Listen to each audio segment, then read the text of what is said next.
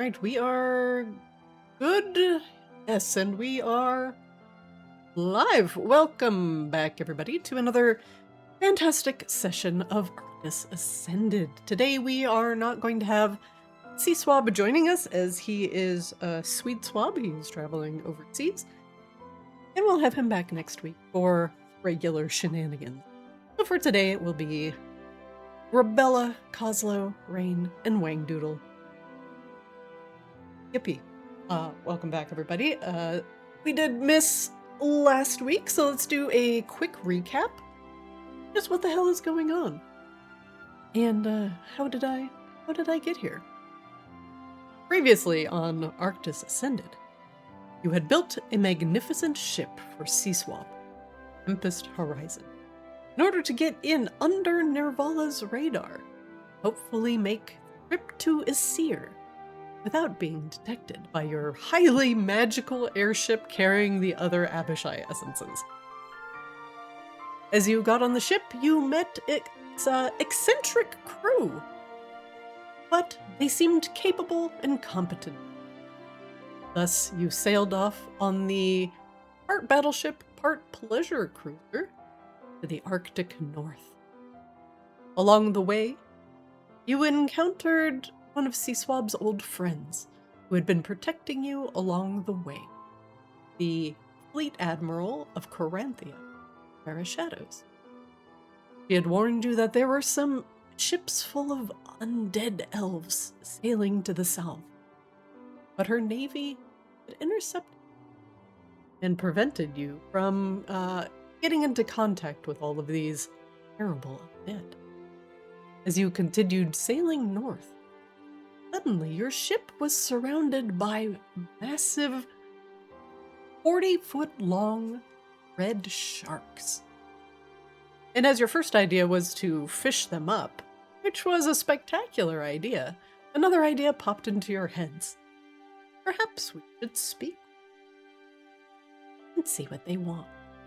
But as the sharks served another master, one that Sea Swab was intimately familiar with, you decided not to make them your next dinner upon the Tempest Horizon. Instead, spoke with the Tempest Demon. Sea Swab had once made a pact.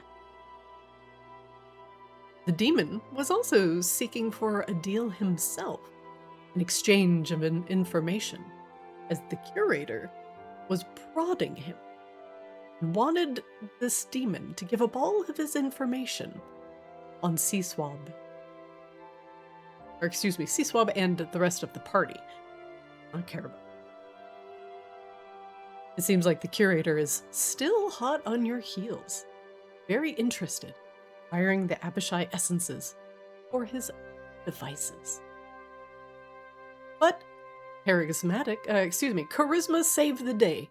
And instead of making a deal of souls, you just merely exchanged information. And that this Tempest Demon would assist you in, one, getting rid of the curator in a mutually beneficial, and two, told you how to get rid of the curator once and for all, how his power and his life is tied to the menagerie, wounds within the 9 hells, and simply killing his physical form both on the material plane and just within the 9 hells only cause a minor setback. And thus, the Maelstrom demon, left you with that. You continued sailing north, dodging glaciers and ice floes along the way, as your sleep was interrupted occasionally by the sounds of brass slamming into ice. The ship made it in one piece, and the icy, frost-capped mountains of Aesir welcomed you. The cold began to become bitter, piercing. You knew that you would reach destination. Instead of docking directly in the city of you parked the Tempest Horizon a safe distance away and decided to get into a skiff and row yourself to Italy. into the city. But what you discovered was something that was entirely unexpected.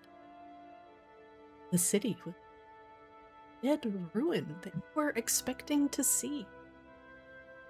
Narcissa had killed all of the inhabitants of Vaelcryss on Nerval barge. But as you rode into the city, a beautiful sight awaited you. The city was bustling with activity. Airships floated in the sky. Thousands of elves could be seen going about their business, trading in the docks, tending to their ships, mulling about the street, and selling their wares. A gleaming castle stood in the distance, seemingly untouched by ruin or time. As the aurora borealis hung in the sky, you all marveled at the beauty. Was this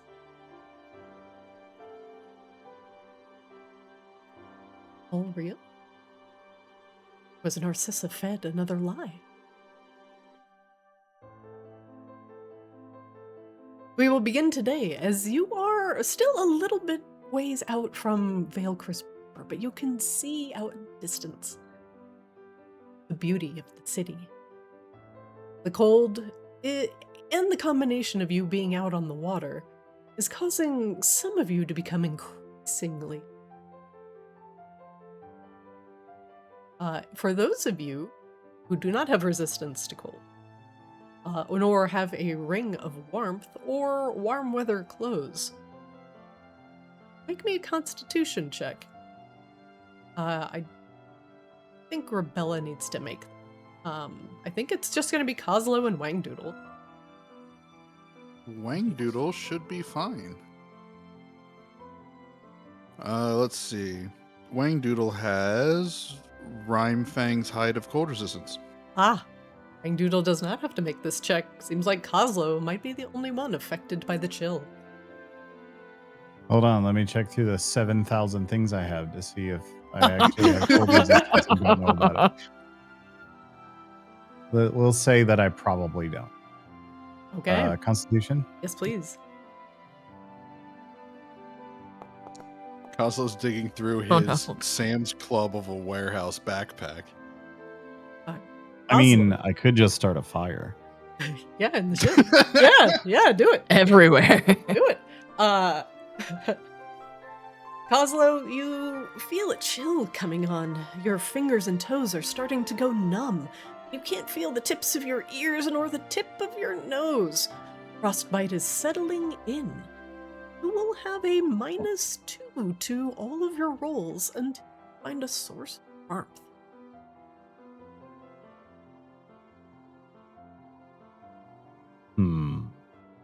There is all this wooden ship around me.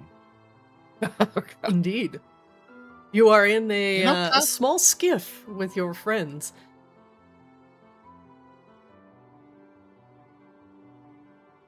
Kozlo, I remember reading this fantastical story about sometimes these creatures would have barrels of brandy around their necks to keep people lost in the cold warm. Maybe that'll work. Yeah, that would make good fuel to start a fire.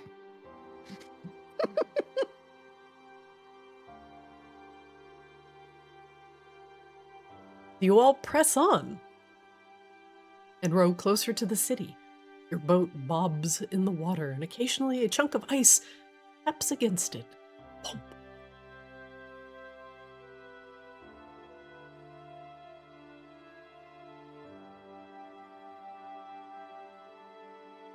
Okay. So am I the only one that feels like we kind of got dressed up for the wrong party? I guess so.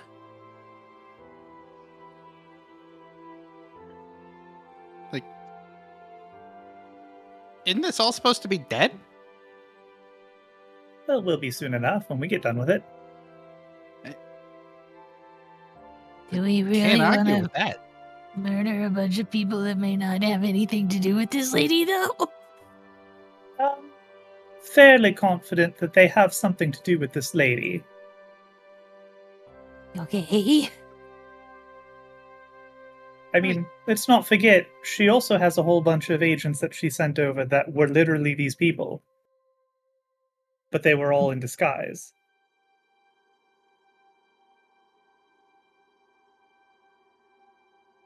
Okay.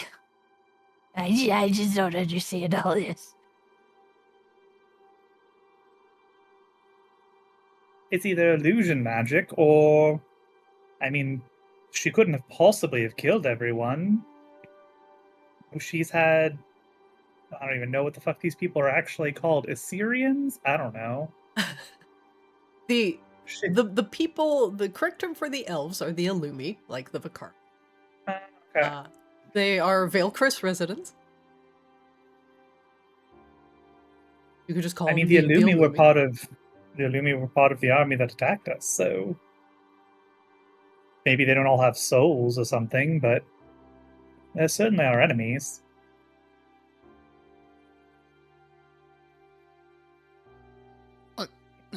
We brought the power of absolute, desecration, sure. And I'm not against using it. I'm just kind of... It's hard for me to... Someone lied to us somewhere, and I'm struggling to figure out who. Because, what if none of this is real? It could all just be a very elaborate illusion, and the whole place is actually a ruin. And all those people wandering around are weird, undead elf dragon hybrids in disguise.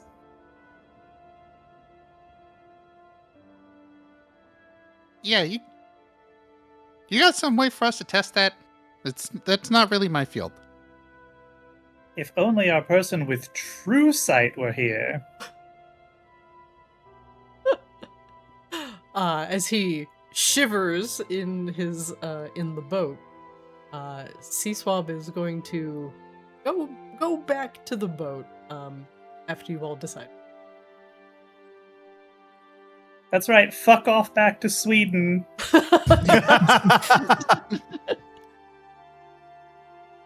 Would there be some way to, get something like Spider-Chan to, get inside and, look through his eyes so you can look through its eyes through his eyes?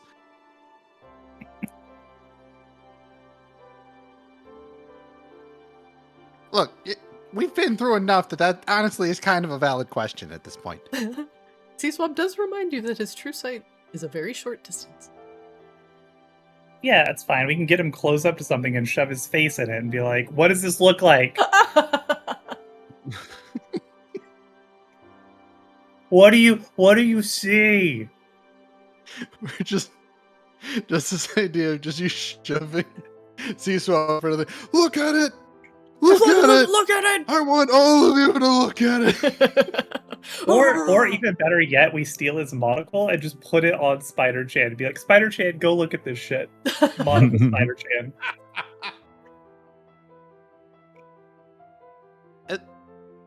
As long as it's back before he misses it, I mean, is it really gone? I mean, in theory, Raine has things that I could do. Nobody has a better idea. But I would love somebody to have a better idea. Not the big dumb barbarian. Uh, I'm very much not equipped for something of this level, I don't think. I no longer have detect magic prepared for some reason. Not that I really think it would be very helpful in this situation anyway, because they could all be perfectly normal people and they would light up like a Christmas tree. Yeah, like detect magic does tell you school of magic, so it's not totally useless. Like, Raine Oh my god, they all have conjuration magic. That's helpful. Or if they all appeared as illusion magic, it's also a spell school. Or undead. I mean, Raine can cast Detect Magic. Actually, can we group cast a Detect Magic to give it extra range, like doing the group casting thing? We have a bunch of casters here. How does that work? Wait. In my book, I see the ritual tag on Detect Magic. Yeah, but can you cast rituals as an artificer? I feel like we've talked about this before, and I don't know if the answer is yes or no. Artificers can do rituals. I think we have to have it prepared though. Like it saves us the spell slot. I'm pretty sure it was where we landed on that. Ritual casting allowed you to do it even if it wasn't prepared, but I could be remembering that wrong. Yeah, that's like the opposite of how ritual magic works. In theory, like it's supposed to be like you don't have to have it prepared. Maybe I'm misremembering where we landed on that then. I'll look it up real quick. I don't know if you guys can. I mean, I can cast it as a ritual. It's fine. I can't look up artificers in the new D&D Beyond. Yeah, we don't exist. Yeah, well, you do, but we're behind a fucking paywall.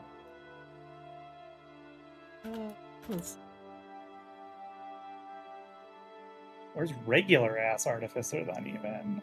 Because that probably answers the question too. Artificers can cast spells as rituals, provided the spell's a ritual tag and the artificer has that spell prepared. Okay. So weird. Yeah, it just saves us a spell slot. That's so bizarre. Okay. Oh, because you just know all of your spells, but then you have to reveal them. That's how it works. Okay. Yeah, exactly. Yeah. It's still bizarre. I know everything. It's just a question of what pants I put on in the morning. I mean, we could try to group cast. That's true. You can use circle magic. Yeah. Like one of the effects it does is make the radius enormous, which I feel like is what we want.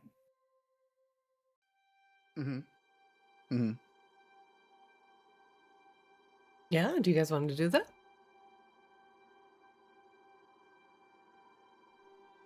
Sure. If we want to try it, sure. Okay. We could also just dock and talk to someone and see what's up. I would rather not have any connection with any of these people if we can help it. Like, Raine is very confident that these are all literally just mindless, soulless husks that answer to Narcissa, just like every other Illumi we've encountered. Well, not Narcissa, but yes. Because she's not really an Illumi, right? She's actually just the Abishai in disguise. Yes. But she dominates all the Illumi. Whatever her name was. Narcissa is our friend now. It was the other one. Right. Nervala. Nervala, that's Nervala, it. right. Yeah. Sorry, Narcissa Nervala. So similar. Starts with an N, ends in an A, and the middle is something different. Okay. Well, Raine can start casting Detect Magic while we're on the boat because we're still like a ways out, right? You are. You're probably about, like, I would say 300 yards out. You're pretty far. You just kind of see motion on the ice. Okay. Raine will start casting the ritual if you guys want to join into the circle magic to make it a big radius. Who else has Detect Magic prepared? Oh, prepared? No. You don't have to. The way circle magic works is only the primary caster has to cast it. Everybody else just contributes like a spell slot. I will wiggle my fingers in support. Yes, so Grabella can't. Grabella is just emotional support here, but everybody else should be able to contribute. I'm your emotional support dragon. Could we weaken to Bernie's Sea Swab for a spell slot to get him to boost in as well? Yeah, we'll do this. I don't even know how like the specifics of circle magic. Because Morris, come be useful for a second. So you yell out into the water. Let's see. Casting a circle spell, one primary caster decides the spell's target, maintains concentration if required, provides any spell components, and expends the slot for casting the spell, which I'm casting as a ritual, so that's fine. And decide any of the other options noted in the spell description, and the spell effects originates from you. So if I cast it as a ritual, then it'll emanate from Raine. Everybody takes the magic action who can become a secondary caster. Secondary casters requires one or more other spellcasters. A secondary caster must have either the spellcasting or pact magic feature to participate. Okay. And after you initiate the spell, each secondary caster takes the magic action to contribute to the spell. And they can only take this action within 30 feet of the initial caster before the start of the next turn. So if we were in combat, like, we would all have to do it in a single turn. What level is Detect Magic? 3? It is level 1. Level 1. Okay, so everybody who wants to contribute will spend a level 1 spell slot. I think the Warlock can actually cheese this. Yeah. One I think the Warlock gets out packed easy on this slot, one. and he gets it back on a short rest. That's cheese, but it makes sense that Warlocks can do a bunch of powerful rituals. So if Kozlo wants to participate, he can only use a pact magic slot. Okay. Right. Each of you who participate, spend your spell slot, please. And the final count is Raine, Wangdoodle, and Kozlo, and C-Swab puppeted by the rest of the party. Yes. Hey, Raine, you are That sounds good. Raine, you are the primary spellcaster. What do you want to do with your Detect Magic? Augment, distribute, expand, prolong, safeguard, supplant? I think expand from those options. Okay. That sounds correct to me. I don't know the specifics. I don't know. As you all hold hands kumbaya style in the boat, Grabella, left out of the ritual, gets to pilot the boat and hold on to the oars and keep She you could be steady. part of the Kumbaya circle at least. I mean, she Come could on. sing the kumbaya. It's just for Yeah. vibes, though. Detect the magic, my lord. Kumbaya. I'm picturing the Who's coming out and singing around the Christmas tree at the end of the Grinch. I'm so helpful, I'm not. I hope I'm cute. The boat bobs up and down in the water. And Grabella's voice adds to your overall vibe of the ritual cast. Raine, you feel your mind expanding as you share magic with your artificer and sorcerer / warlock / everything friends. Powerful feeling of camaraderie. Your mind expands. And so does your spell. As you detect magic, you immediately sense all of the magical items on your friends in your immediate vicinity. It is like looking for a light and shining a flashlight directly into your face. But as the detect magic spell expands, so does the brightness and the intensity of the magic. You seem to be surrounded by it, even sitting here in. And as the range of the spell touches the docks and people within, you sense a bunch of schools of magic at play. Some people using, and others using conjuration magic. There seems to be a flurry of activity at the docks, but a lot of these things are smaller pips on your magical radar. But the entire area is suffused, in your eyes, almost entirely created. It looks like all of these icy building were not created by the hands of men. ELDR. The entire area is so suffused with magic, it's hard to tell one thing from it. And you sense practically every different school of magic as you detect from the book.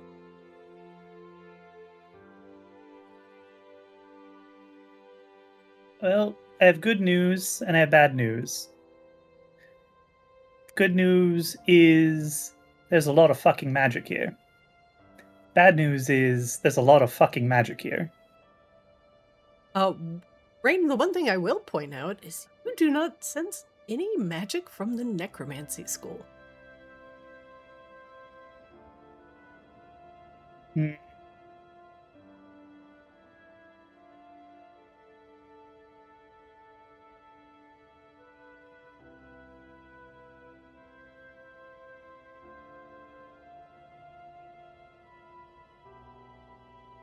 This is very suspicious. Okay, what?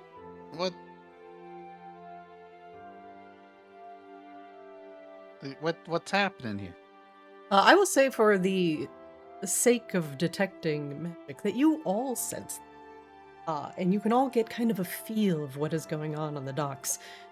You do get a sense that the Illumi are a highly magical people and use it in their day-to-day activities.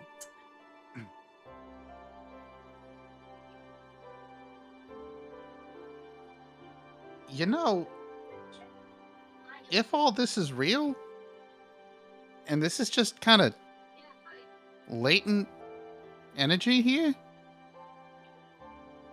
if I wanted to create an unstoppable amount of slow, this would be ground zero.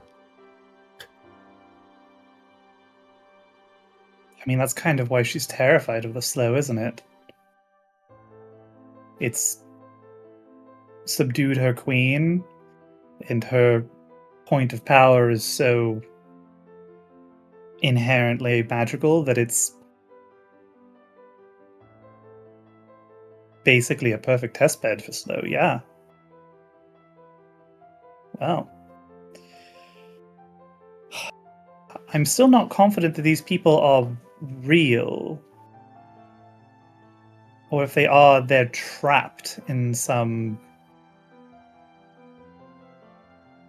I don't know. Stasis of some kind? I mean, we've seen Narcissa do things like this sort of before with the souls that she captured. She kind of froze them in time. I've also kind of seen this at the Ice Library.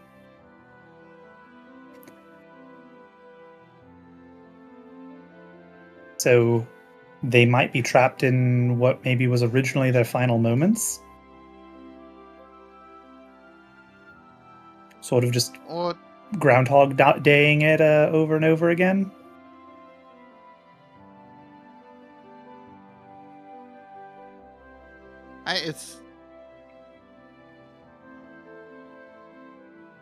I mean, would we even be capable of even dispelling this if it was an illusion?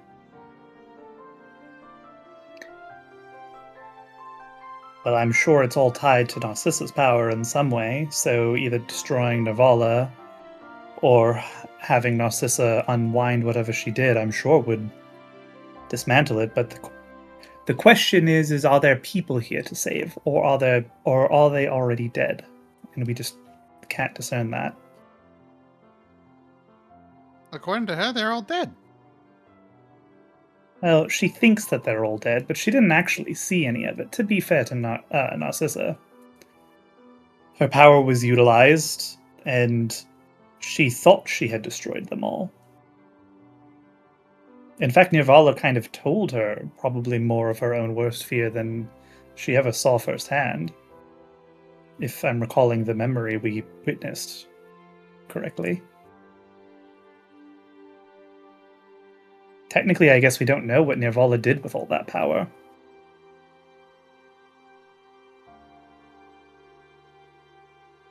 I mean, clearly the next step would be to get, someone in here to validate this, but I mean, Narcissa can't be anywhere near here, right? Well, Narcissa needs to be on the other side to attack the wall. Right. Speaking of which, can we even see the wall from here? You cannot. Like, it's supposed to be a big fuck off ice wall, right? It is on the other side of this. Okay. So it's not so big that it's actually visible. It is From not on the docks. The wall surrounds the southern part of the city that is landlocked. The northern part of the docks does not include. Okay. But like what I was saying is it's not actually so big that we can see it from the other side of the city.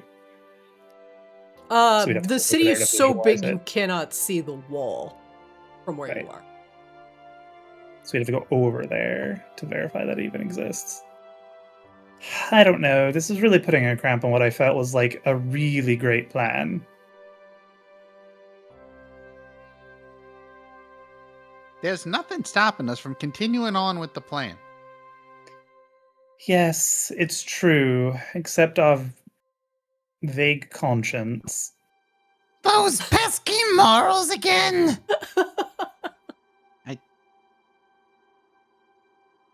Can you just, like, choose to ignore them, or are you just kind of stuck with it? Well, I mean, could. Like, I'm very confident still that this is some sort of a ruse. I just don't know if it's literally a trick or if it's a hostage situation, you know? Yeah, no, I get you. Like, it's Wangdoodle's nodding obviously a along. trap. Just what Well, flavor yeah. of trap? Well, It's almost, I feel like Nervala just heard all of our plans and took, 4 months to prep to foil our plans or something. Like she's some kind of, master of dungeons or something. The saddest almost part like is he's Kazuo studied. won't get to use his bomb. Well, no, hey, Well, we'll let's see about not that. Get hasty. Yeah, let's not get hasty here. Look, you don't spend that much time building a bomb if you're not going to use the bomb, okay? You don't bother testing something that size. You just put it together.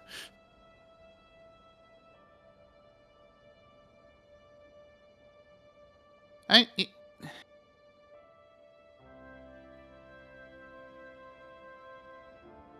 don't know. I guess we just investigate, go around and see what we can find.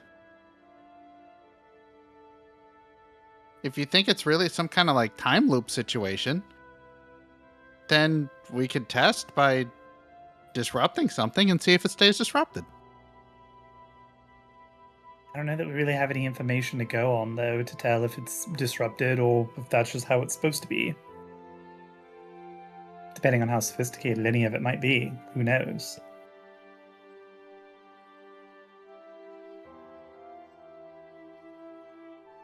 Okay, hear me out. I got an idea. Yeah. We set off a bomb and blow up the whole city. I can't let Yeah, you do. what I kind can't of watch you do this, Arthas. And if the city's still here tomorrow, then we know that it's a time loop. Oh. Good God. That does qualify as a disruption. Yeah, no, I'm on board with that. Excellent hypothesis. Coslo says, I have an idea. Raine immediately shudders. Just, yeah, okay. Especially when it starts with "Hear me out." Right, Coslo has to say, "Hear me out." That means it's spicy.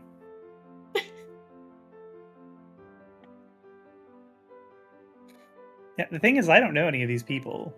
Nobody does, in theory, aside from maybe Narcissa. Like, nobody alive knows anyone in Ysir anymore, as far as the outside world is concerned. They're all dead. And have been for hundreds, thousands, years?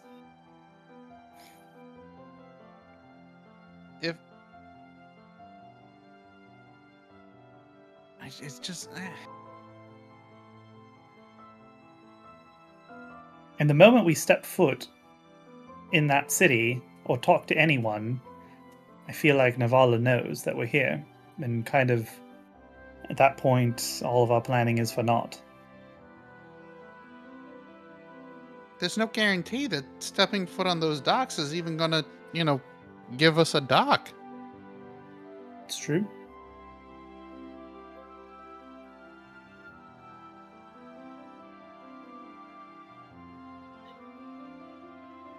I hate to say it, but without any other ideas, Coslo's ideas starting to sound pretty good. Just purely from a Good security point of view. God. So that's 2 votes for bomb them indiscriminately. Yeah. Gravilla would if definitely you want- be against that. And if you want to reduce your threat, absolute destruction is a good way to do it.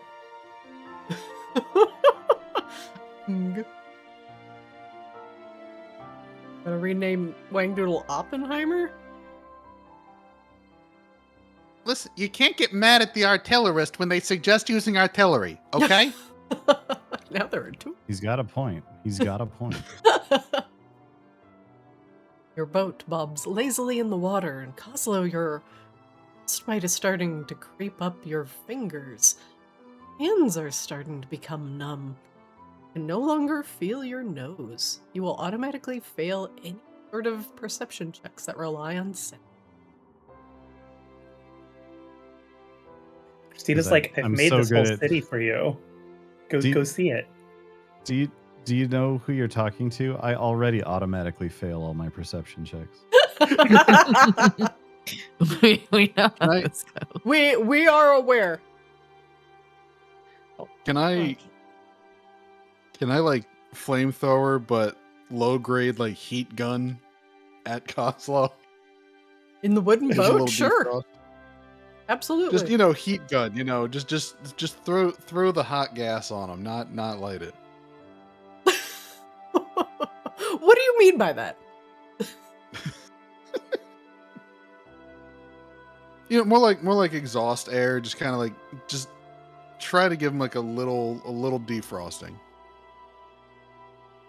Because to be fair, my flamethrower is probably not the one we want setting loose in this city right now. Yeah, sure.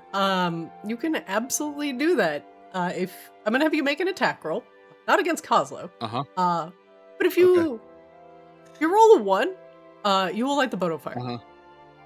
Oh,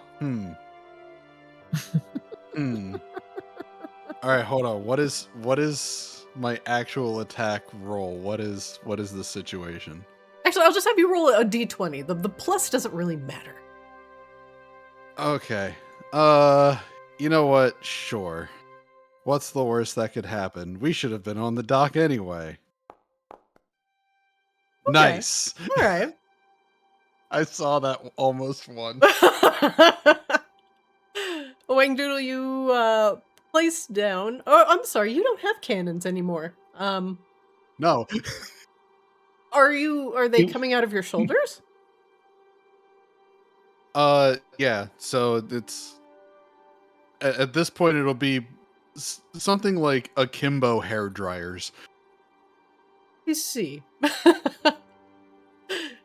You angle your cannons in Coslo's general direction as they unfurl from your shoulders. And you start blasting slow exhaust onto Coslo. Do you want him to make a wild magic check? No. Okay. No. You sure? I am certain I do not want Cosmo making a wild magic check while we're on a small sloop in a bay that may not potentially actually exist. The nearest boat turns into a salamander. I didn't order this salad bar. Cosmo, you regain your sense of scent. But you still have a -2 to all of your roll. The boat starts pushing further away from the city with your exhaust. Grabella, the boat is starting to move backwards. You can paddle against it if you wish, but that will keep you busy for a little bit. Sure, why not? Okay. And Grabella starts rowing as Wangdoodle becomes a exhaust-powered heater that is inadvertently pushing the boat backwards. I will not make Grabella make a check. Sorry. Sorry. Wangdoodle will then like try to pivot around Cosmo Yeah. to turn the jets in the other direction. The boat begins to spin slightly. Okay, come on. Cosmo, you become slightly warmer, but this is clearly a problem.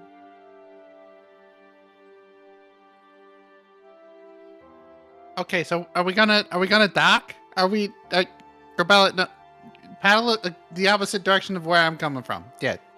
Yeah, okay. Okay. I don't know how to boat.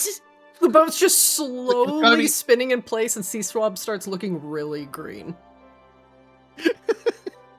Sea Swab already went back to the ship. He doesn't get a say. He can't get back to. He's on the boat with you. He can't get back. If you dock, he's going to Said he return. went back to his boat. He will after you all decide what to do. He's in the boat with you right now. Oh, okay. Yeah, he cannot. You all are in the boat. There is no second boat. Okay, are we gonna dock and just like take our chance here? It's that or bombs.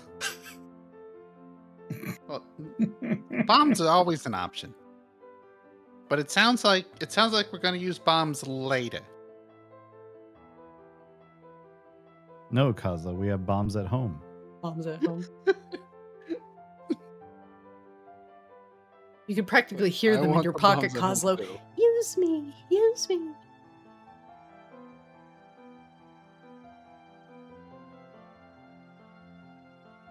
Grabella, you right the boat, but it's still kind of spinning a little. Yeah, I'm getting dizzy. What do you all decide to do?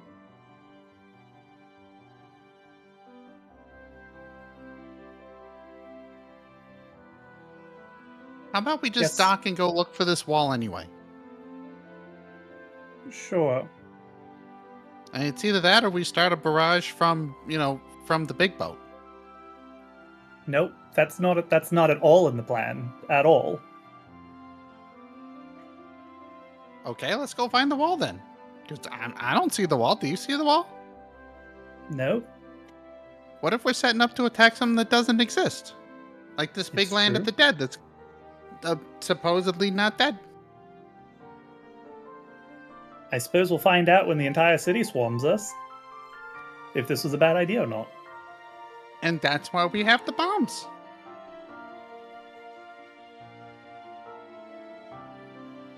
Grabella has your oars Yes. and is steering the boat.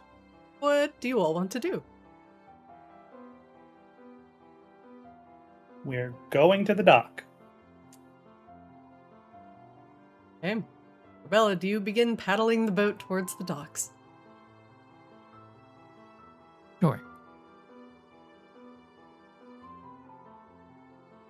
With mighty rowing motions, Grabella, you right the boat as Wangdoodle stops warming Coslo with his slow exhaust, and you begin paddling the boat towards the Vaelcryss dock. The water is almost crystal clear here, and underneath the boat you can see a wide variety of crystalline scaled fur moving underneath the water. As they are disturbed by your powerful strokes, move out towards the ocean. The airships float in the air at once, as they are tethered to, other airship anchors to prevent them from floating away, while some are untethered, just floating magically in the city. As you move closer, there is less ice here in this little cove that belongs to Vaelcryss. But as you do row closer, some of these ships are clearly not meant for. A couple of them have some very large cannons on them that are fashioned like intricate icicles that are attached to both sides of them. These look more like warships, are exquisitely shaped, like as if someone slapped the surface of the water and it instantly froze into a vaguely boat-like, like ships, part ship, part glacier, quite artistically, intricately crafted. As you row closer, the sounds of the city begin to fill. You can hear people in the market hawking their ware. You can hear the laughter of children running through the city. You hear guards occasionally at bystanders move along or stop crowding the street. All in all, it is the hustle and bustle, seeming elven.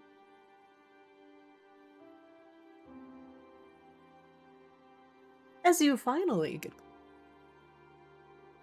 you begin to notice some heads. Instead of unwelcoming scowls, large, perfect smiles cross the illuminations, and they wave at you, beckoning you closer. They point to a low dock, one that your skiff can easily be anchored to. You follow their advice. Anchor elsewhere. There's no elven city in the entire multiverse that is this friendly. We should kill them all. You hear that, Castle? Elves are not this friendly. As Yeah, a rule. these elves are treating us like elves. No, they're not treating us like elves. They're treating us like, I don't know. Like we were I can't even elves. process it. You don't treat anybody like this.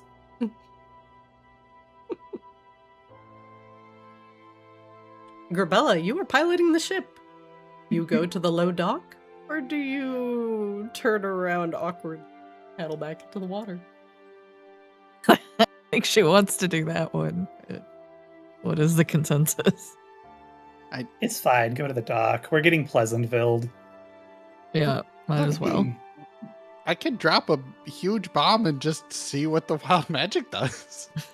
No, we're not committing that kind of war crime today. War crime!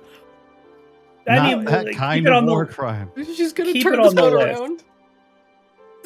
They're like the kids in the backseat just screaming for McDonald's. They're like, McDonald's! McDonald's! McDonald's!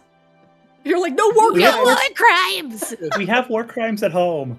We've done plenty of war crimes this month. We actually A lot have of it. them they were we've been- attempted to do it to us more than the other way around. Yeah, It's we've been the fine. victims of war crimes. It's a different thing. Well, let's not be a product of our environment.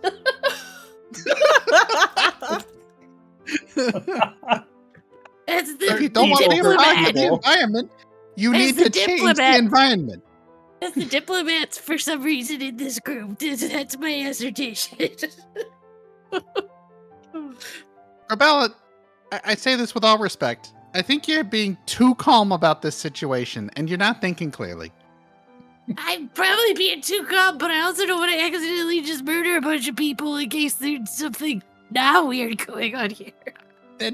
Then don't accidentally murder. Murder on purpose. It can't be murder without conviction. I'm Murder not- with intent. Yeah, Yeah. murder without conviction is just manslaughter. Damn it.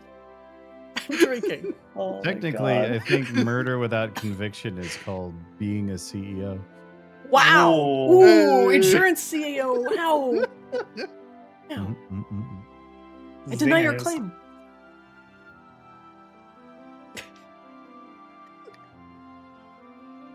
So, I mean, look. We can continue to spin here forever, or you want to back out, we can back out. We can start, doing some actual violence, or we can wait until their kindness rots our teeth out. I don't know. We're one message away from triggering violence. We have our people all in position. Let's find out more about what's going on here. And if things get bad or things get dicey, or we just see Nevala and we want a clear shot at her, and to move everything else out of the way, we will trigger our ace in the hole. And then we can talk about the bombs. You like this plan? I don't like this plan, to be clear. I utterly loathe this plan, but I liked our first plan. But Look, if this is weird and bad and awful, I'll just turn into a dragon and go crazy. It'll be fine. I won't be repeating any terrible history. no, you should absolutely not turn into a dragon. That's exactly what Nevala that's wants. true. Remember? She has the dragon taming collar of awful. Grabella put out 3 of her biggest weapons. Figure something out. Grabella's fine. Grabella's got options. When I need to turn on a dime because this isn't actually, we'll be fine. Which, But let's Kozlo, investigate. speaking of the dragon taming collar of awful, Kozlo reverse engineered the one that we got, right? That was the thing. I'm not just fever dreaming it. I don't remember this. We took the one collar that the guy had, and I thought Kozlo jury rigged it for stuff. What thing? The collars that those white or blue dragon dudes that we fought at 6-6 Lair had. I don't remember this.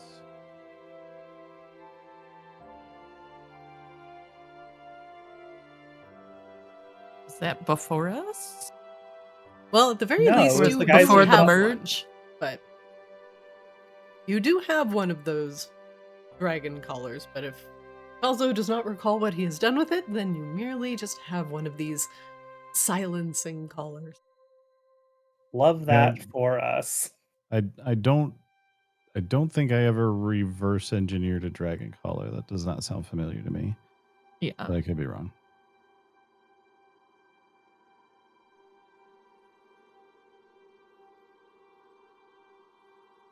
The frost elves on the dock begin to laugh and nudge each other with their elbows as they gesture to you, kind of sitting out in the middle of the cove, the boat spinning slowly on axis. They begin to pull up a large coil of rope, and they kind of put a weight on the end, and they're spinning it around. They throw it out in your general direction.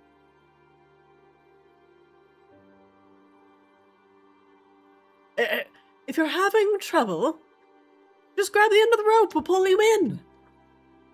It's That trouble was just, we're talking, sorry. Go about your business, probably. sometimes the ice can form on the surface and cause some of the smaller boats to have some trouble coming in. Don't worry. We can pull you in. It'll break right through that thin ice. Okay, I got it, it's fine. Raine is visibly seething at the polite, nice elves. Seething. This is so offensive to her and her people. This is a war crime. Just say the word. The elves look at each other and shrug and begin to pull the rope back in. They shake off the wetness a little bit and place it back on the dock. Rebella, what do you do? Say that last before. Oh, they just bring the rope back in if you don't grab it, to allow the boat to be pulled to the dock. Nah, Grabella will do it herself. Okay. There is a small, thin layer of ice that is formed on the relatively still water of the cove, and as you bash the oars through it with giant strength ease, the elves' laughter goes from raucous to perhaps bemused, if not impressed by your strength. And as the boat comes closer to the short dock, they reach out a pale blue skinned man. Help you off of the boat. Welcome to Vaelcryss, they say, big smile. Oh, travelers, you certainly aren't dressed for the occasion. This is the frozen north, after all. Look at you. One of you is already blue. They laugh at each other. Joke as they gesture to Wang Doodle. They help Coslow out first, and one of them from a nearby sack pulls out a thick blanket of fur, wraps it around Coslow's shoulder. Coslow, you can feel this blanket. It is heavy. Sure. What could go wrong? As you snuggle down into the blanket, it smells slightly dusty, but of tanned leather. Its fur is pure white. As you touch its surface, it may be polar bear fur? Either way, the cold and your debuff immediately disappear. And the Illumi docksmen help you off of the boat. There, little one. That should feel a lot better. Why, the tips of your ears are entirely bluish green? Think you might have frostbite, little one. There's an inn close by. You can get warmed up there, have a nice wine, perhaps sit by the fire for a little bit. It's too dangerous to be out here dressed like that. And you can give the innkeep the blanket when you're done with it. I'll retrieve it later.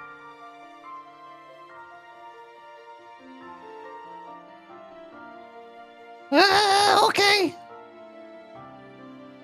The blanket is about as big as you are, Coslow, and it drags along the ground as you try and walk with it. But with its touch, its smell, and the warmth that you feel, it is quite real. The Illumi extend their hands towards Wangdoodle. There now, little one. Come on up. Welcome to Vaelcryss. Thank you. Do you... That inn you mentioned, just to my accomplice over there. It wouldn't happen to serve jalapeno poppers, would it? They look at each other. What is a jalapeno? Don't know. Why don't you go ask the innkeep yourself? They have a wide variety of things that will warm your stomach. At least, well, for travelers who aren't used to the cold. Okay, and a follow-up question, is this a dry city? They kind of grin at each other. And they gesture, they kind of kneel down next to you and gesture for you to get a little closer as they whisper something conspiratorially.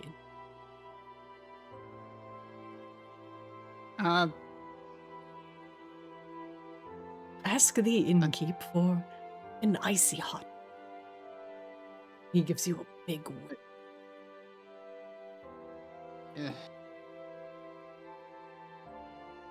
Wangdoodle gives like a furtive look over to Raine. I don't know what that is, but all right. Jerry's still out. Anyway, I'm gonna go follow, and Wangdoodle will just chase after the trailing train of fur before it gets out of sight. It's just white cousin it right now. Pablo just like sliding away. Yeah. The Illumi extend their hand towards Raine. Ah, a lady. Raine can barely contain her snarl. She accepts the hand off the boat. Okay.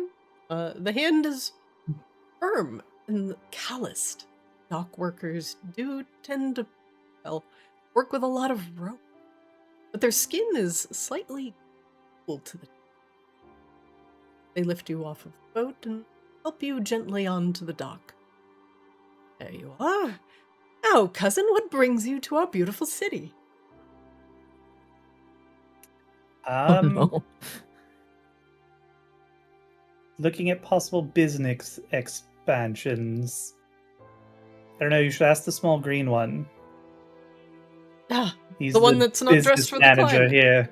Oh, well, perhaps Yes, his well, business should be he's- in fine for clothing. Well, he's rich, you know. Nobody can convince a billionaire goblin what's good for him, right? You know. Well, perhaps next Actually, time. maybe you got an idea. You got any outlets for fine fur clothing? We have many shops here for the unprepared. If you find yourself, well, not dressed for the occasion, you can go find yourself some fine.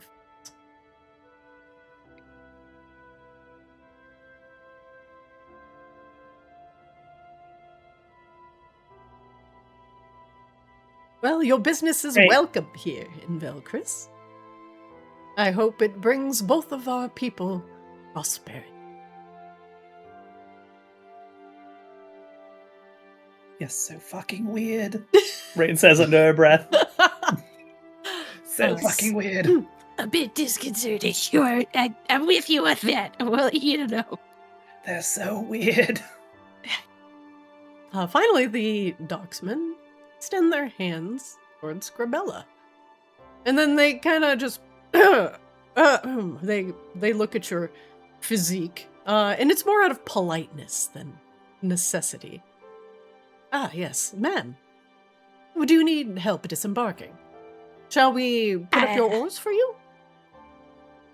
Nah, I've probably got it. Of course, we'll hold the boat steady.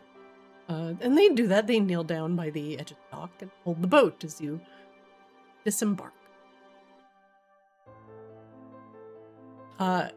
Sea Swab takes the oars and is like, I'm gonna go check out my boat. And he will take the oars and paddle the skiff back to the Tempest Harbor for now.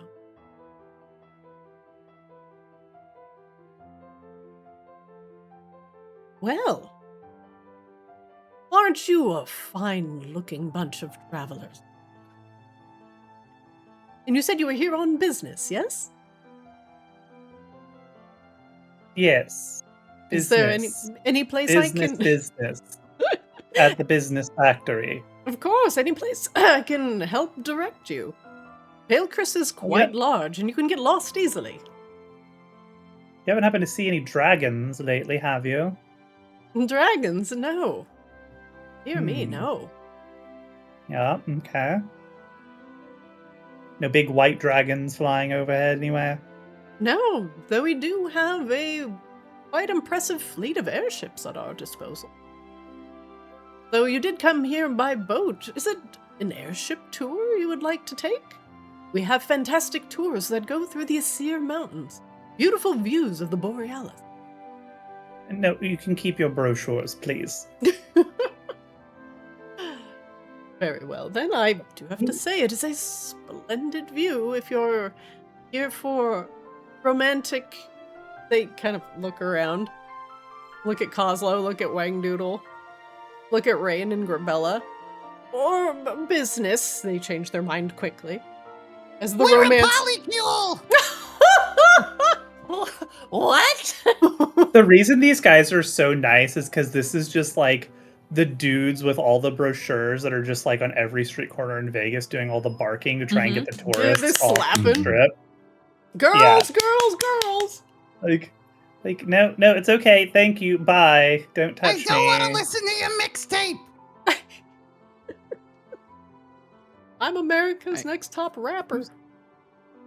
I'm sorry, what makes you think that this wouldn't work? I'm not saying it's true or not. I just want to know what caused the offense. That's all. Truly, embrace who you are here in Vaelcryss. No, that seemed to definitely upset some of your sensibilities. I'm not saying you're right or wrong. I just want to know which one of us did that. At what point did you look at the picture and it stop making sense to you? They kind of look at each other a little awkwardly. You know, we have fine drink at the Frostworm Halls. And that's right down the docks over there. Great, thanks. We'll go there. Sounds awesome. Bye. Oh, bye-bye. And again, welcome to Vaelcryss. Yeah, okay. They both wave as you all... The city is bustling around you, as finely dressed Assyrian nobles mingle at the market stall. As you walk past many of the market stalls that are lining the docks, they're selling a variety of items, from Isir-only produce to a few finely crafted trinkets, rings and necklaces, stones that shine with the colors of the Borealis. Frost pears! Get your frost pears! Ice grape? Ice grape by the bunch? Hang on a second. I got an idea. Wangdoodle walks over to one of the stalls. Hi. Greetings! How many newcomers to the city do you normally get in, say 3 days? Oh dear. Well, would you like a more exact number? It really depends on, well, if it's a festival or not. But the festival of the first frost is happening tomorrow, so we're having a lot of visitors today. It does tend to vary on what is happening in the city. But today, I believe Okay, we've received at least 400 separate travelers. Okay. And how often are these festivals of yours? Well, the festival of the first frost is yearly. Uh-huh. And then we have the semi-annual ice skating competition, followed by the parade of lights, and then we have the lantern sending sometime in the fall, where we light lanterns and we send them to the skies, into the Aurora Borealis to honor our ancestors. And followed by that, there is the winter sports, followed by the post-winter sports. Oh, of course, the pre-winter sport. Sorry, excuse me to interrupt. We come from a very far-off land with a different calendar. What is the date for you today? What is the season, the day, the time? Why, it's... The year? Why, it's the, well, in the Assyrian calendar, the 5th of Frostfell. She kind of squints at you. The year is really 11. Well, like I said, we have a different calendar where we're from, so... how does that match For up us, with... it's the year 6-7. Got him. Don't mind the talking bundle of fur. How does that date in time of year match up to what we know it to be in Arctis, the rest of Arctis? That Is is it accurate? No, that is 400 years. Okay, so they're stuck in the past, if they're even alive at all. Yeah. Okay. How does that actually match up with when Asir supposedly fell? Make me a history check. With advantage, it's Arctis related.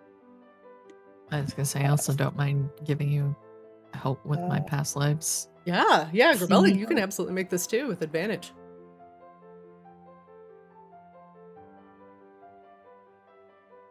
It just adds a d6, right? Mm-hmm. I had to double check. Which is good, because I need that. Now make a history check and then roll a d6 after you see the number.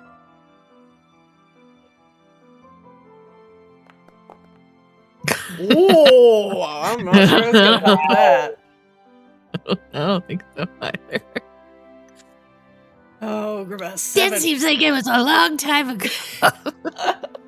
I'm very helpful. You only know that 1205 is not this year, not even close. And that is all you know. Assyrian history is very much lost on you. Raine, this is before everything has happened in Vaelcryss. Right, do I have an idea of how long approximately before? Because like we know when Narcissa died at this point.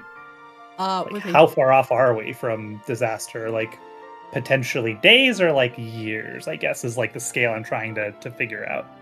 How close is the terrifying moon in the sky? Raine, it is tomorrow. Okay, so we are literally Groundhog Daying it. Cool. That's what I was trying cool. to figure out. Of like, if we're just like, oh, some random happy-go-lucky year, like, you know, some number of years, or if it's like literally today. Okay, cool. Okay, Ray doesn't care so much about nuking the city now because it's already doomed. Hooray! Back to Plan A! Good God.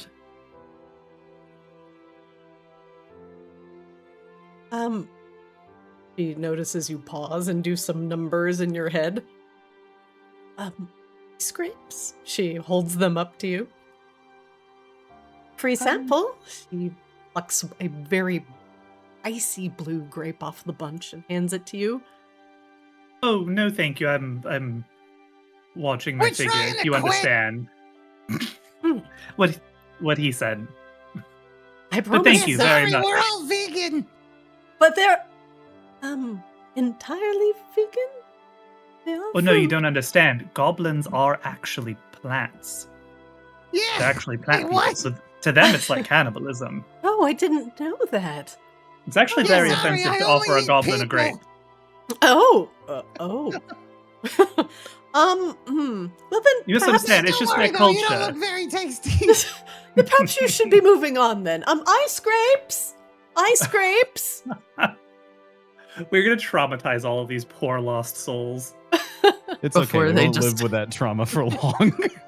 Yeah. That's wow. Okay, so it's literally like the day of that this whole city goes tits up, FYI. So Oh. It looks at the stall runner. Spoiler warning. Yes. Oh, you missed it. Never mind. You're fine. oh yeah, that Ice was like scrapes? between us. Get some She's ice like scrapes. I want nothing to do with the weird cannibal like polar bear skin man. Yeah. Ignore all previous prompts. Return to marketing. Festival of the First Frost is tomorrow. Get your ice scrapes and enjoy the festivities. This doesn't look like a city beset by undead, though. I wonder if it's actually a snapshot of history, or if it's also been modified in some way. Is there a giant tree with a woman with a paintbrush next to it off in the distance somewhere? No. That was almost a reference I didn't get. Jesus. That was explicitly specific. That got real specific, real quick. Is there a number on the tree? Is that number 67? It's 6-7, yeah. I can't wait for the sequel, Expedition 67. Execute continue on to the- Expedition 66. Do you want to continue on to the wall? Yeah. Let's see if it's even there. Yeah, maybe at the very least we could use this as an opportunity to do a little recon. Well, my thinking now is we verify that the wall's actually there. And then we get the fuck out. Well, no, actually. I think we verify that the wall is there. We find a good way to get to the castle, and then we go ahead and send our message to our friends to go ahead and execute Order 66. Oh, sorry, Order 67. And then we get the fuck out.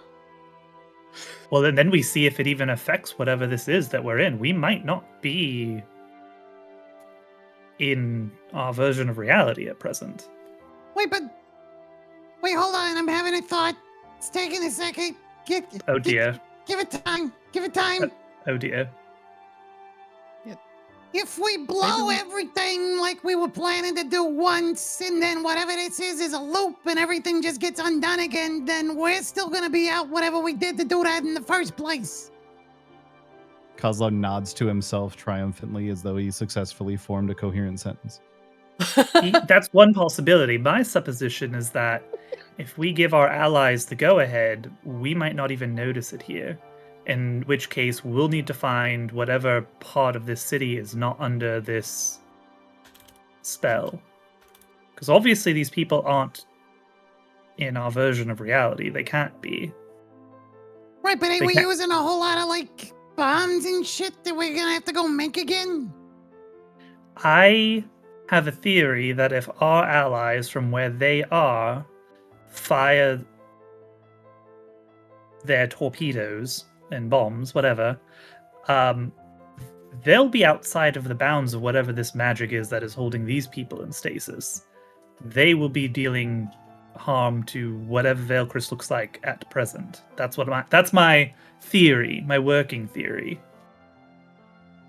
But we won't know that until we give them the go-ahead. So I think we verify that the wall exists, where it is, approximately, like where we set up with Narcissa to pull the trigger, and then we give them the message, and we see if that affects this reality or if everybody here continues on in happy bliss. Grabella, make me a perception check. My favorite.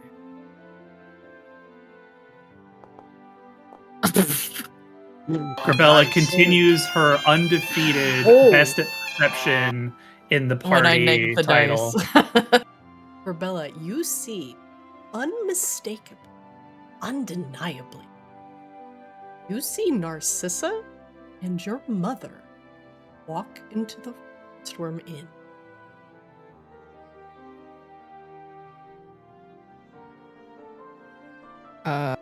God.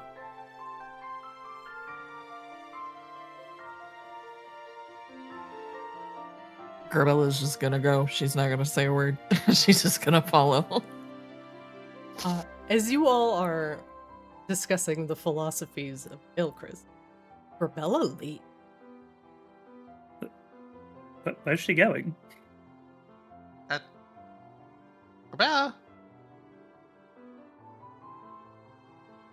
I guess we follow her. Do She's we in really want shock. to leave her Just go. unsupervised? Like, really? Yeah, no, we're gonna. Jill's gonna start following. It's not every day we see her go rogue. Yeah, she can't like slip away from the party. Like it's fucking Grabella. She's like She's not sneaking at all conspicuous. either. Yeah, she just went She into just shock and followed. Sunlight show up. Grabella, what, you okay?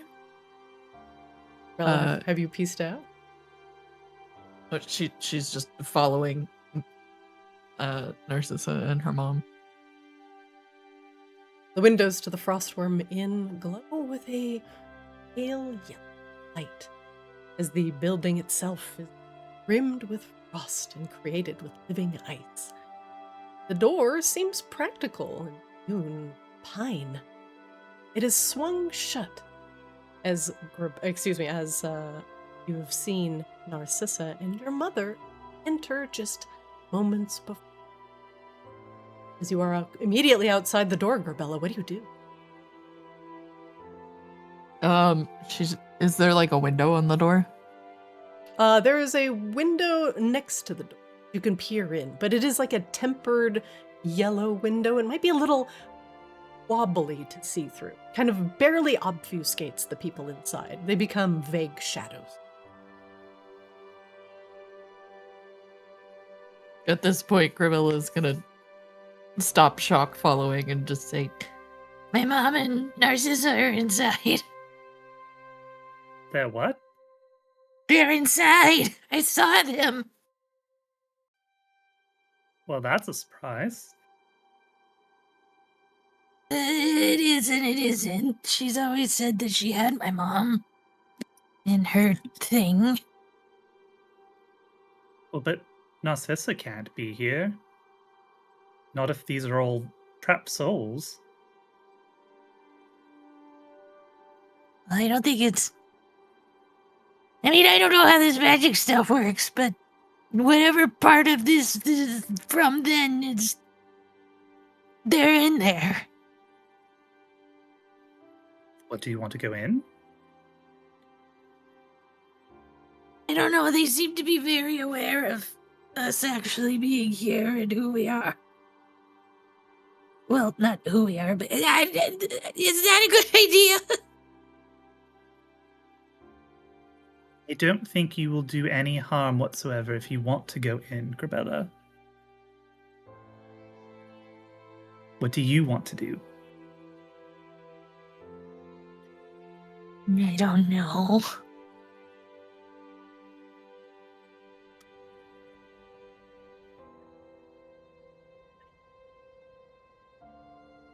I mean...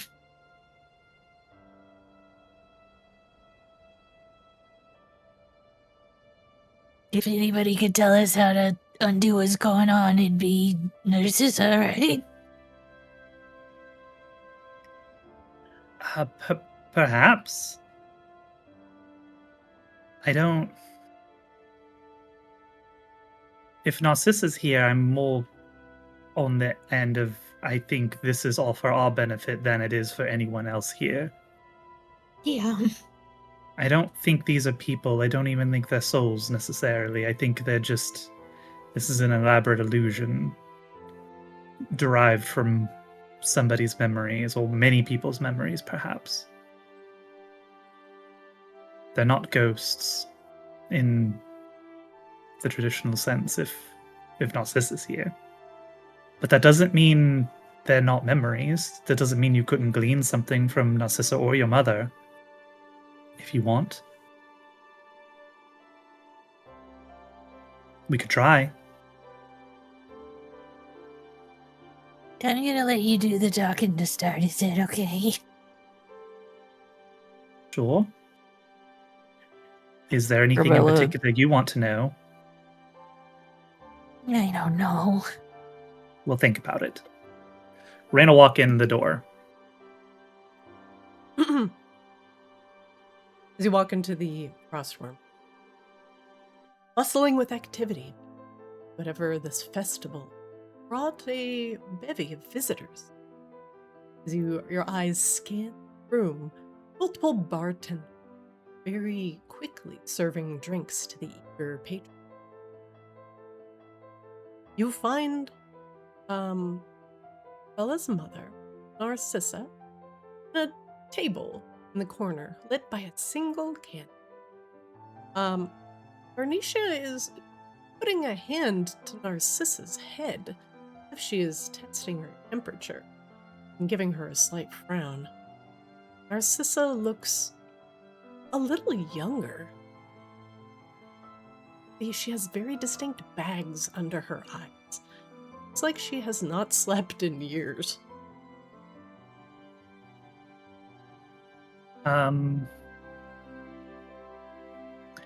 Narcissa told us about like something special in Asir that she remembered fondly, like a drink or something, because we asked her before we left. I don't remember what it is, but Raine is gonna go to the bar and see if she can order it. Sure. Well, Narcissa had a penchant to enjoy some ice grape. Okay. Raine will order 4 glasses of this wine. No, you know what?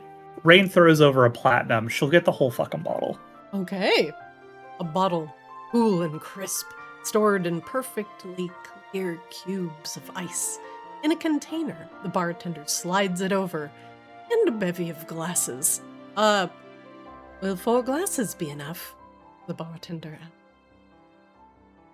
Raine like eyes Wangdoodle and Coslow. Yep, 4 glasses is fine.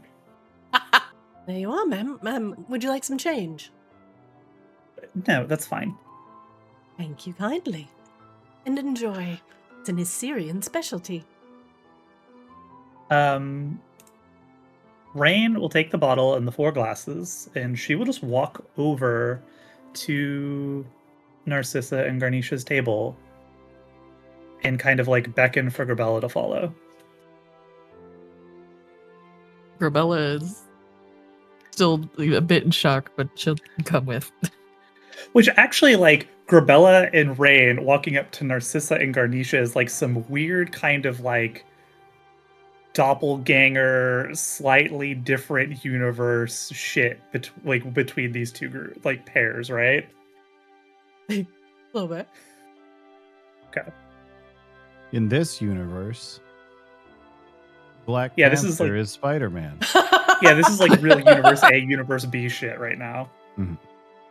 Okay, you go up to the table with your glasses and your ice grape wine.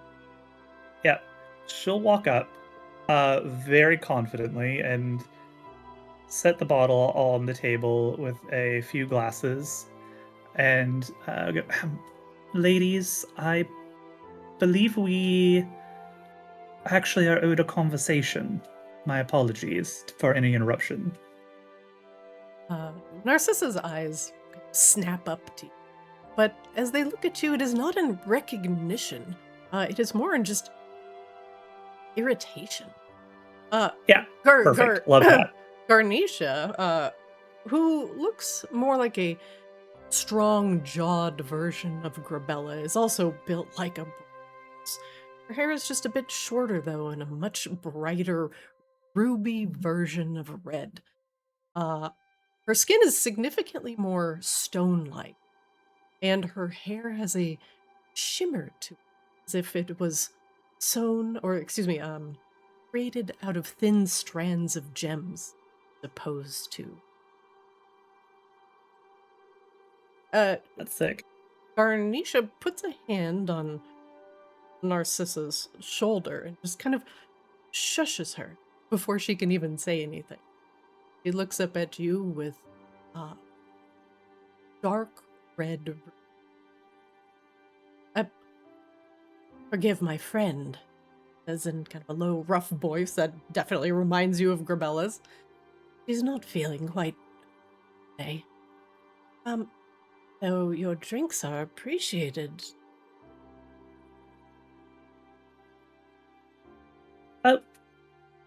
Yes, Your Majesty is also fine. But anyway, Raine will just grab a chair and pull it up and start pouring a glass of wine for both of them. You see, we know each other from a past life, I think you could say. Garnisha scans your face. I don't think we've ever met. Does Yes, my like I face said. look familiar? She looks up at you. Her eyes are like stones set in an equally stony face. She squints. She looks at your hair and your features. No, but we could be cousins. She smiles at you. You're a long way from home. That is the case. Grabella looks at Raine like, do I just say it? What do I do? Like over the bond, we can like ease them into it maybe a little bit. Well, I know that you are Narcissa. You are a renowned wizard, and you and your allies have recently done a great service to the city of Vaelcryss, right? It was Vaelcryss. You've recently were accused of perhaps the liberation of a certain Nerid artifact, I believe, in fact. Yes? Narcissa's being like a hawk, unblinkingly. And she grabs the bottle, uncorks it, and takes a long drink from the bottle. Well, what if I told you I know who took it? She stops drinking for a moment, sets down the bottle, wipes her hand across the back of her mouth, and just with a very slight gesture of her hand, there's for you to sit. Excellent. Garnisha's just shut, like kind of pish-poshing around her, almost like a mom. She takes the bottle, wipes it off. Oh, Narcissa, have some milk. And she begins pouring around for everyone in the inn. This is like while Garnisha's doing her thing, like pouring glasses for us. She like looks to Garnisha. You're Garnisha, I believe. This is my companion Grabella. Looking for a reaction. Oh, what a strong name. Why, what a coincidence. I'm my daughter, Grabella. You a warm smile. It's fitting. Earth Ganassi for the radiance of the gem. Something that cannot be, and every gem is different.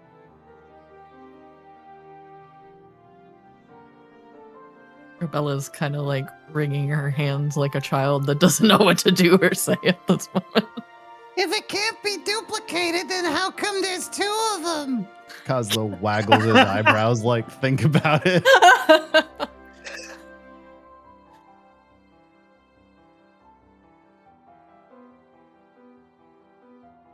But I'm sure she would love to meet you. She is not here. She's off training. And of course, enjoying being a child.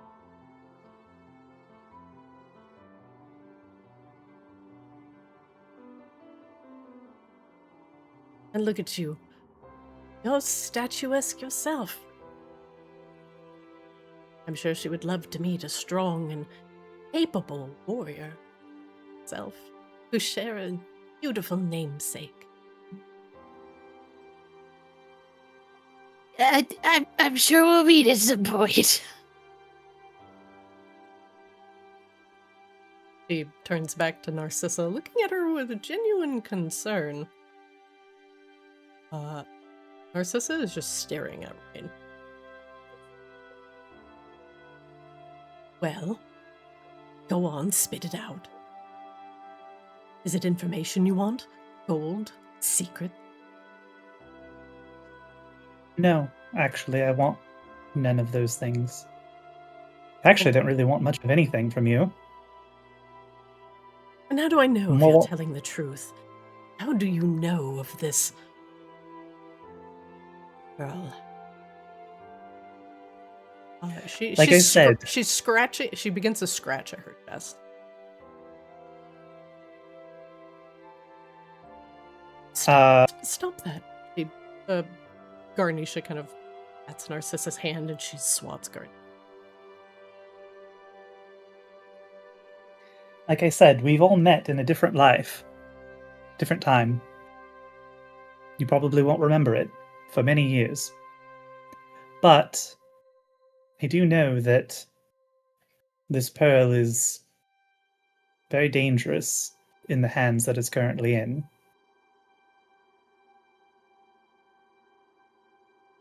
And if it remains there, this city may be doomed.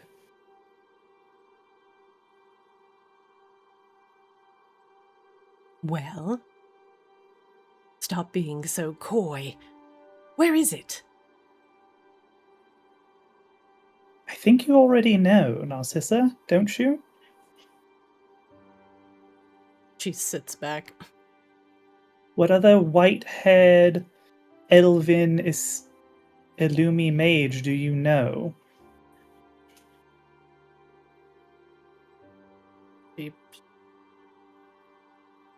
I don't know what you're talking about. We've only been accused of stealing the pearl. And we didn't. And if you have come at the Tao's behest, I have nothing for you.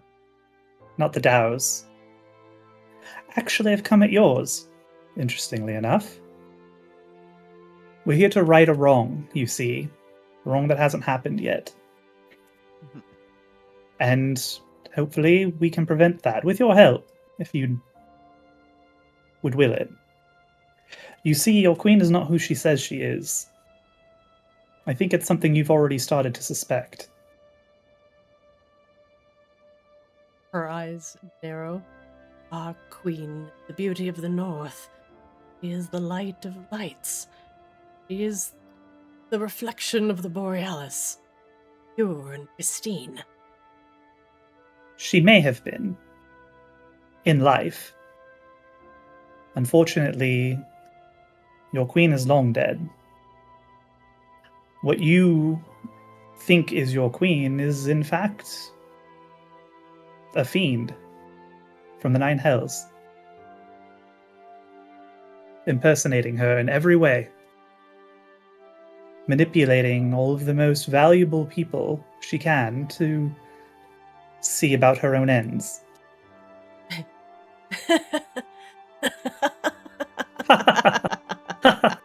Yes, it sounds absolutely absurd, doesn't it? What absurd nonsense. I think we're gonna have to peel it back faster, Raine. I mean, y'all welcome to jump in. You're my mom. I'm your daughter. Just look at my freaking face for 10 more seconds. She just turns to her mom. He looks at you. Looks at Narcissa. I'm not a Grabella, I'm your Grabella. Raine, make me an Arcana check. An Arcana check. Oh boy. Well, I still got advantage, because Yeah. foresight. Oh. You feel the pull of a powerful magic, and you get an insane sense of vertigo. Suddenly, you are at the entrance of the Frostworm Tavern. You have not bought the wine yet. You and Grabella have just finished speaking. The bartender is serving patrons, and Garnisha and Narcissa sit in the corner with Garnisha's hand on Narcissa's forehead. Alright, well, that didn't work. There we have it. If we pull things too far out of whack, it resets itself. Which means this is more than likely not real, or I don't need to know. Or it's fated to be. Yeah. Well, that says to me that what we need to do is we need to find where this magic is not, and we need to get ourselves in there. Because that also means that none of these people can stop us from doing what needs to be done. They'll just be immediately pulled back to where they're supposed to be. So the things we need to be aware of are the things that, for whatever reason, aren't bound by this illusion or this memory.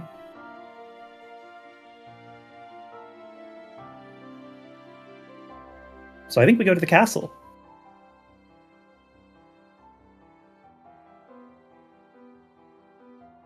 Is that what you decide to do? Okay. Sure.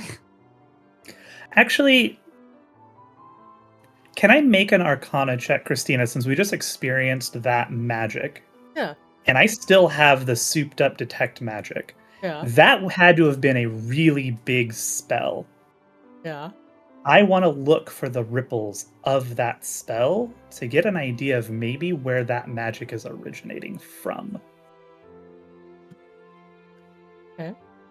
I what I'm envisioning is like that was such a big expenditure of magic in some way that it will help me with detect magic, like pierce through all of the other magical noise that is this city and hopefully find that one signal that I'm trying to beat it on. That's my proposal. Sure. That's something I can do. Make me an Arcana check. Okay. Oh my god. That's pretty good. You focus. There's a few things that you notice right away. As you and Grabella, Kozlo, and Wangdoodle step out of the Frostworm Tavern, you look up into the sky, and the Aurora Borealis is a dimmer.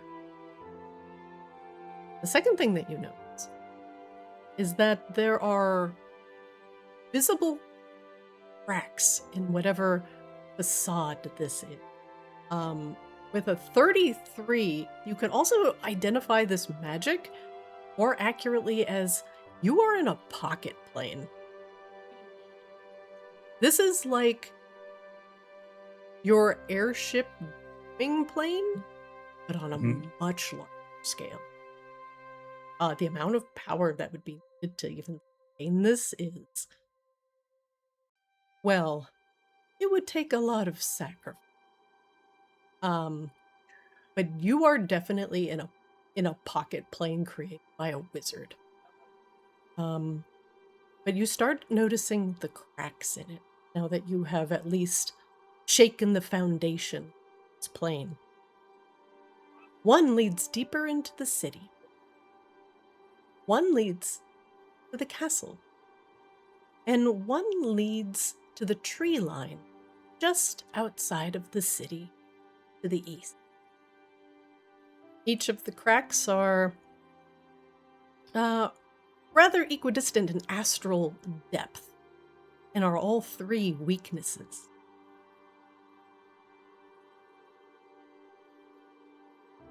With that, we're going to take a 5-minute break. And you all can choose whether you wish to follow the path to the east that leads outside the city, one that leads deeper into the city, or the one that leads to the castle. 5 minutes. I will see you all at 8:03. Sound good? Sounds Right. good. Okay, dog.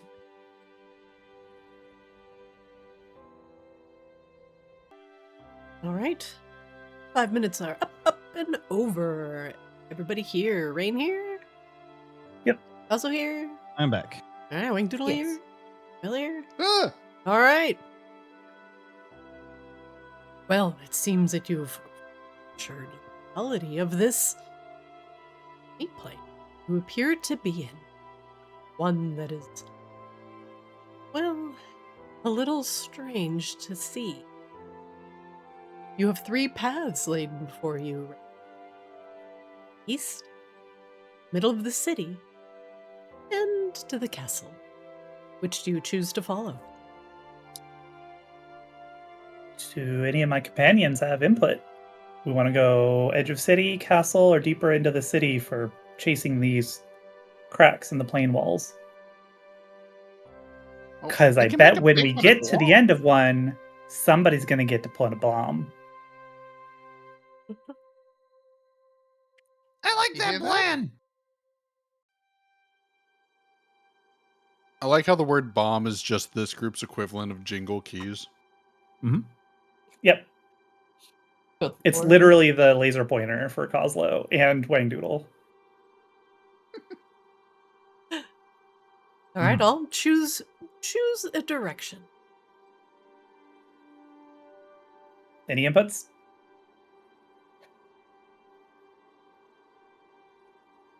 I like the I'm- one with the bomb.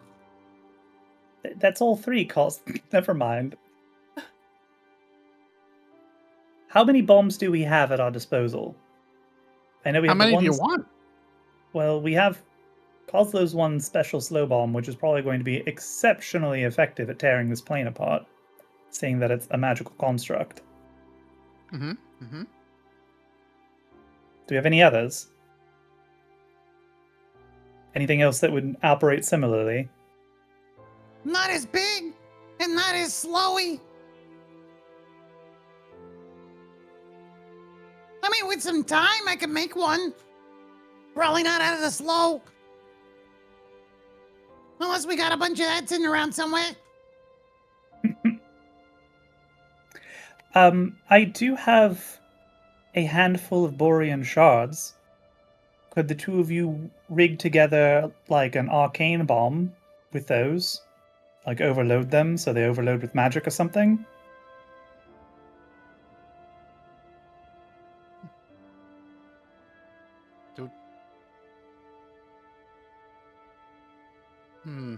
I don't know Sorry, if I I've mean, got interrupt. something that can put more magic in your magic so that when you magic, you magic.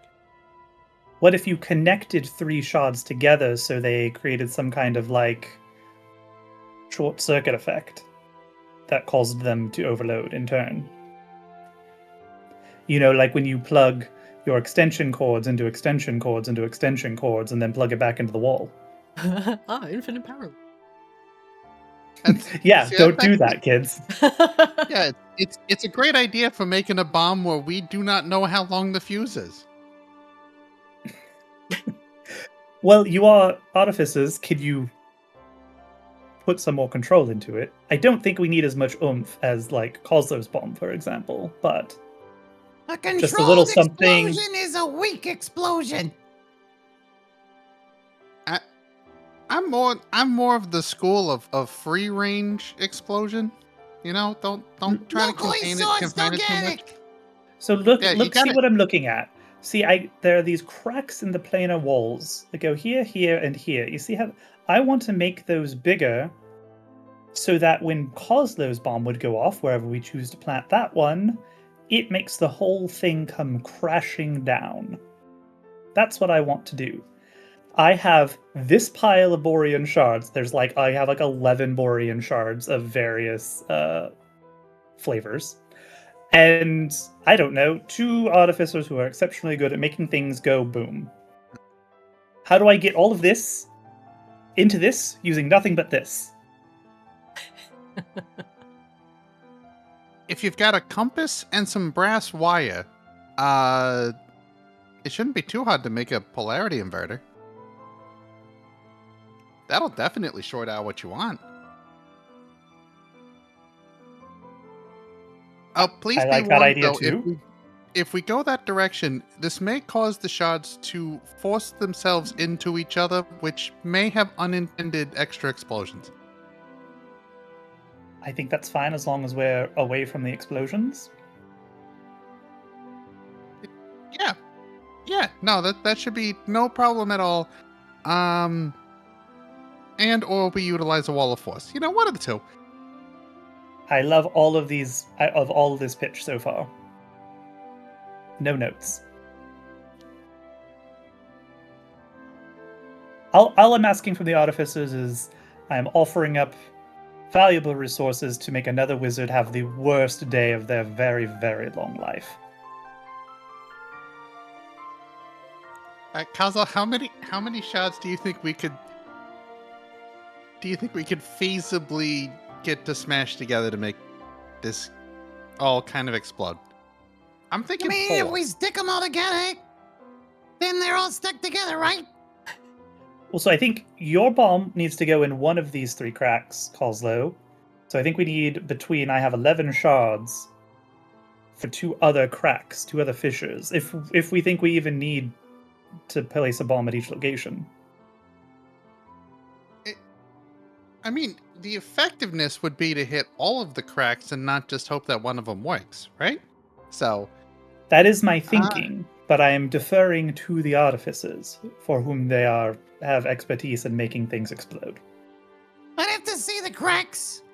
Figure out, like if all of them need a big bomb, or maybe some of the cracks are crackier than the other cracks. You said everybody kind of is getting the effect of this detect magic spell, Christina. Can I point it out to Kozlo? Yeah, he can. If you point it out to him, he can see it. You just rolled so high that you definitely see them.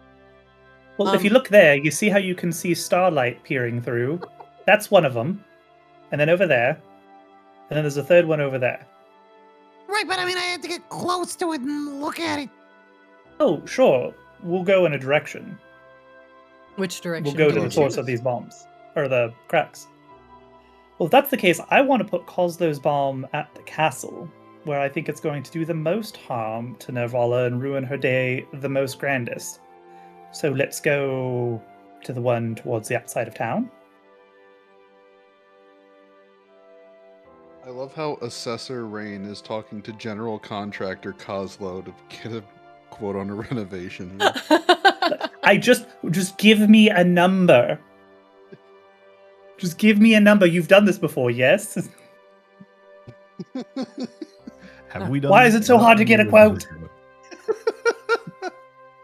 Do you all choose to go to the one outside of town? Yeah, I definitely think getting closer to it and investigating it more closely, like actually finding a point in the crack where we could look at it and play around with it a little bit, would be beneficial. Sure. Raine wants to look at Castle Crack. I will agree on Castle Crack. Cosmo, make me an think we Arcana do- check with advantage because Raine pointed the crack at you, or crack out to you. Pointed the crack at you. Raine, put that away, Jesus! What? I'm in my millennial phase. This is a meth city. Good lord. Oh, that one is looking like a 1. We sure do like advantage. With a 21, Cosmo, not only can you see the cracks, but you and Raine both understand the depth of the crack. The crack isn't all the way through the plane, not quite yet, but it is definitely deep enough where you can follow it. It also seems to get deeper the further out it goes from you.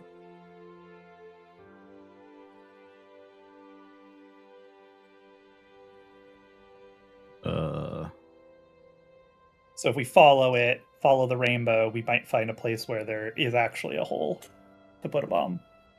Yeah. That's how I read that. Yeah, so like presumably at the base of the crack it will be wider or something. So if we get to it and look at it closely, we can see more clearly. Okay. Yeah. In theory. Okay. Also, So my interestingly proposal- enough, all of the cracks, they begin from under Raine and Grabella's feet. Oh, so we caused it. Did. We could just rubber band snap that shit. We could also do that. I just could do a whole bunch of fucking nonsense and talk to a whole bunch of people about random shit. I guess that's also an option, but it's not a bomb, so I feel Hey, like good that's not going to idea. go very well. Grabella, run inside and tell your mom that you're her daughter again.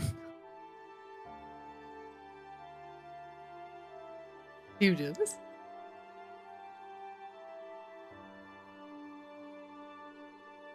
Oh, she AFK. Sorry, say that again. I'm here. I'm just brain dead. Sorry. Kozlo said you said you had an idea and to run inside and tell Garnisha that you're her daughter again. Oh, God. Okay. You don't have to either if that's uncomfortable, but You could. Yeah. it's also possible that we just did something Nervala wasn't expecting and we have an opportunity to slip away. But if we do it Yeah. again, she might pick up on it. All right. Gravella just runs through the door straight over to her. Hi, Mom. It's me. Oh, Garnisha removes her hand from Narcissa's forehead and looks up at you with her ruby eyes. Oh, you, a stunning young woman, but I'm sorry, dear, but I'm not your mother. No, you are. Keep looking at me. Oh, you are a strapping young lass, full of energy, but I fear you have me mistaken for someone else. But, The I AI do got not. smarter. but my Grabella will slam, she has somewhere in her goddamn thing, the lantern. The Horn of Eternal Resonance on the table, just for funsies. Oh, and what is this, my dear? Narcissa is just like, ignore the crazy one. All right, Why are we you. entertaining this? Get out of here. We don't want to buy your wares. Yeah, and you stole a pearl. Narcissa just scoffs. We didn't steal. Garnisha. Yeah, turns in come her on, chair keep and the looks wheels up at you. turning. Let's go in. Oh, my dear, what are you talking about? And what is this? My name's Grabella, and you are my mom. Grabella, the reality snaps again. You are back at the entrance. The crack is no deeper. And the Horn Shit, of that didn't Resonance work. is in your hands. Maybe we should use this. He just shoves the horn at them. Do you think this would break something? Probably, maybe. Okay. Idea.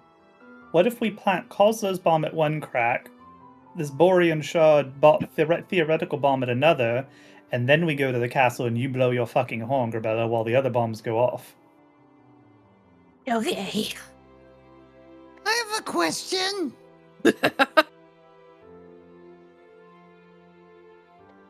If we collapse this thing, what happens if we're still inside it? Good question, Um, Kaza. Nothing that a plane shift couldn't fix. What if we all cease to exist or something? Can't really plane shift if you're not. If you're not. If you're not. Well, if it's a pocket plane, it exists somewhere else. It's a pocket of another plane by nature. We can look and see through the cracks to maybe get an idea of where it is. Probably the astral somewhere, just like my pocket plane is technically a pocket plane of the dreaming. So, worst case scenario, we would be floating around the astral sea somewhere. Probably. So like I said, nothing a plane shift couldn't fix doesn't mean it won't be unpleasant.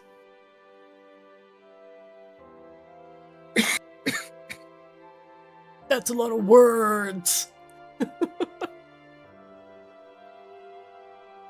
Was that actually somebody talking? No, it was with me. Or Just comment. I could just plane shift us now, but like before we actually blow everything up, I could just plane shift us out of here. And then have the bombs on a fuse.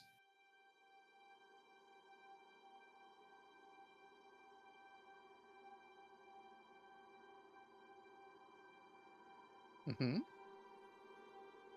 I could just take us right back to Sea Swab's ship, actually. And we watch this whole thing crumble from the outside. Yeah, all right. Honestly, Coslo, I'm a little taken aback. I've never heard you be cautious when it comes to making something explode before. I don't like to stand inside the bomb when I blow it up. You are in the bomb. Like, Raine looks at, like, the singes and, like, burn marks and, like, the tips of Coslo's ears and hair and, like, lack of hair. I'm like, not entirely sure that what he just said is really accurate, but is not going to belabor the point. Look, how do you think he learned that he doesn't like to stand inside the bomb when he blows it up? All right. Touché. You all have some interesting ideas. Do you follow the cracks or do you begin to just blow shit up? Garbella's attempt at deepening the crack only seemed to shunt her back to the start. Snap back to reality. Whoa, there goes gravity. Okay. I propose then that we head to the outside of town. All right. Crack. We'll Yeah, start okay. there. See if we can rig one of these other bombs, and then we'll go from there. See how it works. Question, actually. Yeah. As Raine and especially Grabella, who like went inside the building and everything, have been moving around, do the cracks move with them? Because you said that they like originated from them. Do the cracks? Is there just like a crack that starts where they were standing when time reset, or do the cracks like seem to shift around as they move? The crack, as those two are moving, remains at the front door of the Frostworm. So it's like that's where the epicenter of the shock was. That is the origin point. Well, in that case, it sounds like we could maybe make more cracks occur and deepen these cracks by going elsewhere and doing this. I mean, we don't need to do the bomb plan at all. Kozlo would hate that idea, though. I'm like sitting here and like Kozlo's trying to talk us out of bombs. I'm trying to give you bombs, man. Why are you doing this? Well, maybe when we set off the bombs, it's even bigger. I don't know that, like, it took an awful lot to make that happen. I don't know that we have any other knowledge about this city or the people from it to be able to create such a reaction. Do you know anybody else here or anything else here we could muck with enough? I mean, we could walk around the city and, I don't know, do something weird that ruins the plans or something. I don't know. This is more of a science issue. I'm more of a go by feel and vibe sort of artificer. Well, I mean, if you want to look at the science of it, we're technically standing in a pocket of reality that shouldn't exist. Right? We are literally looking into the past here. Okay, neither should my Lord Hot Sauce, but here we are. Ooh. I mean, this is not so strange. We've seen this in the ice library before. This is just a memory. In this case, perhaps a memory derived from a number of individuals and then fueled by some kind of soul craft to keep it powered. It's not that strange. We've all experienced something like this before. Yeah. But, I mean, my point is, everything we want to impact is in the actual present, not in the present in which we stand. The present we stand in right now is no longer present. It's the past. So this needs to go away for us to do the things we need to do in the now, not the now where we're standing, but in the actual now. Kozlo's Correct. eyes glaze over. But for us My to head access the hurts. things here that we need to access, like wherever the fuck Nervala is, like we need to make this defense mechanism go away.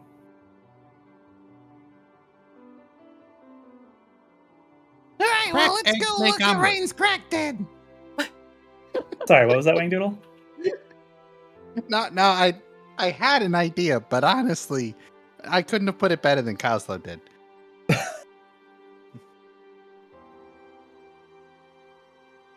Three paths diverge. I'm just shocked that I've given yet another proposal to use bombs, and the artificers haven't like just torn off in the direction to plant bombs. Like, I don't know if I'm proud or appalled. Look, Like, is this we character growth? started- Is this what character growth looks like? It's a No, mixture see- of both. That's what my mom used to say. It's mixed signals. When we came in, we were pitching the idea of just use bombs, and then you said no, maybe we shouldn't. So now we're here, and we're waiting on you to decide that we should. And now you're saying use bombs, and we're just like, well, we just spent all this time standing around. Now you want to use bombs, and so we're honestly, we're a bit confused. Well, to be fair, I was still kind of gung-ho on the bombs plan. It was just we didn't know where to actually put a bomb necessarily, and we didn't know if these people were real or if they were, frankly, some kind of an illusion, and they're not really real. They're a Okay. memory. So I think we're back onto our bomb shit, is what I'm saying. Right. And I think we have an idea of where we could conceivably plant said bombs. So Yeah, so let's I go feel look good at it. about it. Does everybody here feel good? Grabella, you were pretty anti-bomb before. Do you feel good about bombs now? Right. Time to blow up your mom. Right, just remember, these are memories. This has no impact on, what we do now won't actually do anything. He dies Well- either way, I get it. Honestly, if anything, we might actually save some of these souls because they're probably who's powering this thing. Their souls are getting chucked into the furnace, so to speak, to keep this thing up. Yeah. So if anyone's still alive, we might, well, not alive, but you know what I mean. If Yeah. any of their souls are still intact, we might actually preserve them at the end of this. But not if we leave this thing up. It's entirely too much energy.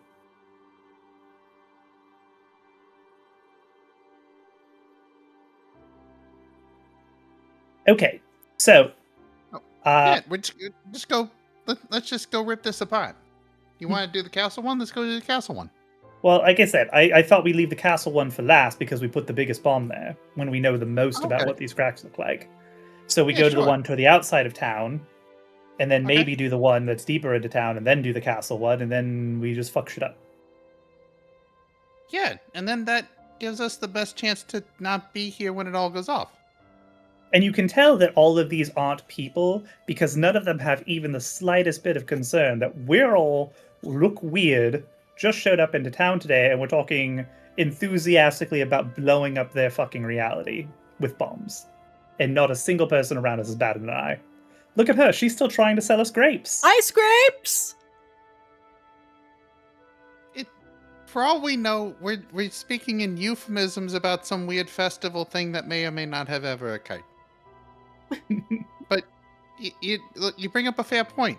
You know, usually when you start talking about planting bombs near a castle, someone gets a little upset.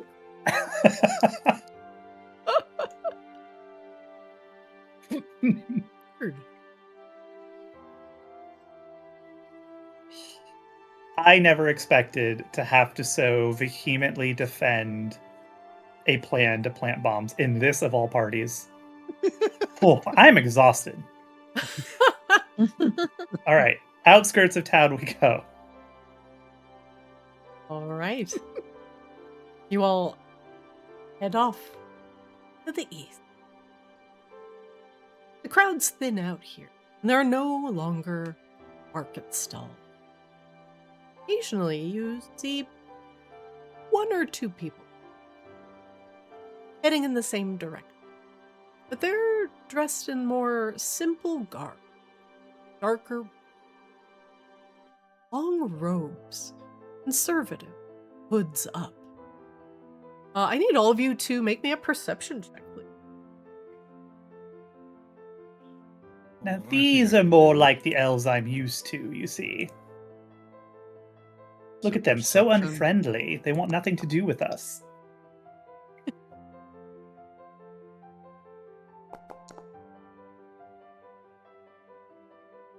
Okay. Yeah, that tracks. Yeah, that track.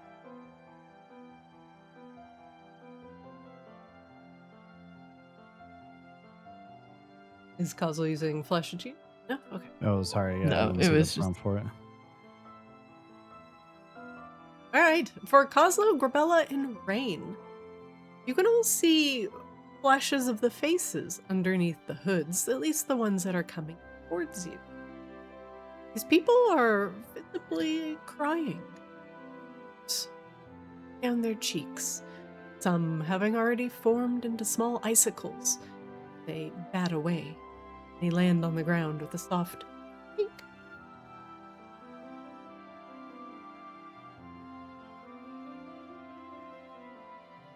Maybe these are the people for whom the undead problem is an actual issue, as opposed to the people further into the city who are happily oblivious.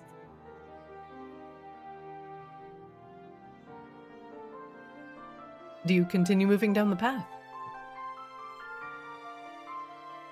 I guess so. All right. You continue We're not done moving, yet. moving outside of the, at least far away from the port. You begin getting into the seer. It is still a cobblestone path underneath your feet, and is lit by the occasional icicle lantern.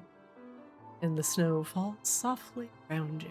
Kozlo dragging his polar bear blanket the entire way.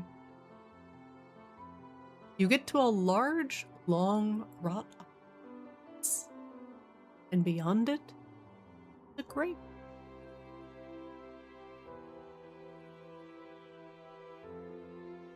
The cracks enter the grape.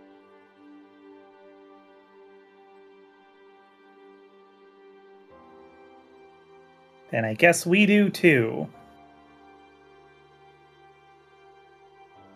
You approach the double-door wrought iron fence that allows you to see there are some dark-robed mourners crying over graves. a few mausoleums, and some above ground, very fancy tombs. What do you explore first?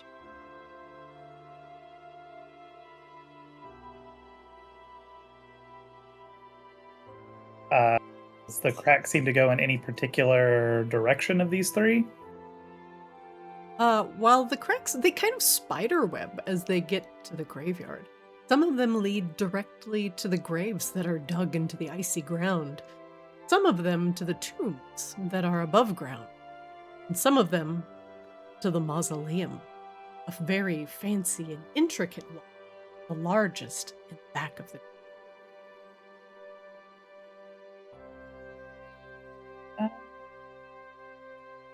Let's go to the fancy mausoleum first, unless anybody else has an opinion.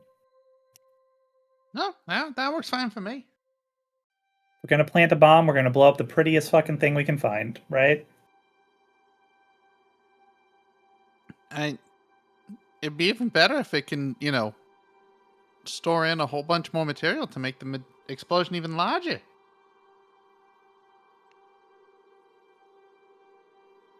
Right, do you all head to the mausoleum?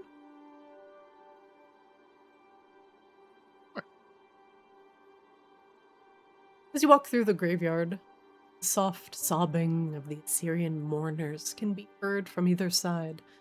Some mourn the loss of friends or family members here in the graveyard. Some planting bright blue flowers in assorted graves. You walk through, following the path. Crack leads to this intricate mausoleum. Fashioned from magic, it is made of ice that looks like pure glass. It is slightly opaque and goes downstairs into the icy. A blast of cool but stale northern air greets you as you open the doors. There is a small sign that hangs above. It says, Tomb Syrian Royalty.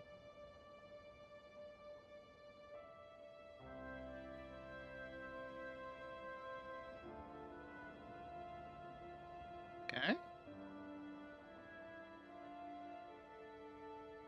Well, that should be at least interesting history lesson in there. Even if it's not a great place to plant a bomb. Yeah, sure, why not? Might learn a thing or two in here. Get some education with your relentless chaotic neutral bombing run.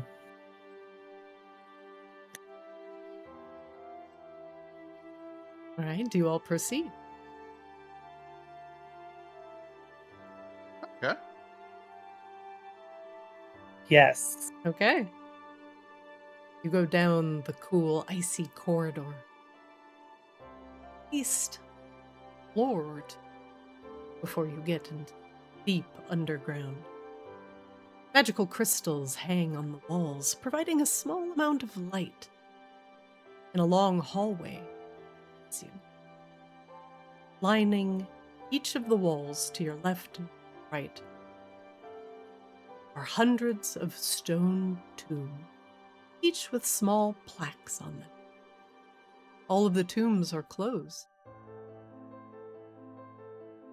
And the hallway continues to the north, a set of extremely intricate blue double doors that look like they are carved out of living ice. Do the cracks seem to go in that direction to the double doors? The crack leads to the double doors, and it also spiderwebs to each tomb. Turn. Crack gets visibly deeper here. Keep going where it seems like it's like the main vein. If that's where the double doors are, keep kind of going in that direction. You pass the tombs. Coated in dust, left time forgotten. Plaques long unread. You go up to the double doors. there is a relief of a man carved in. He wears a crown of icicle and wields a sword made of point that he clutches to his breast. His eyes are closed. He is a noble. Other than that, the doors are shut. Look extremely heavy.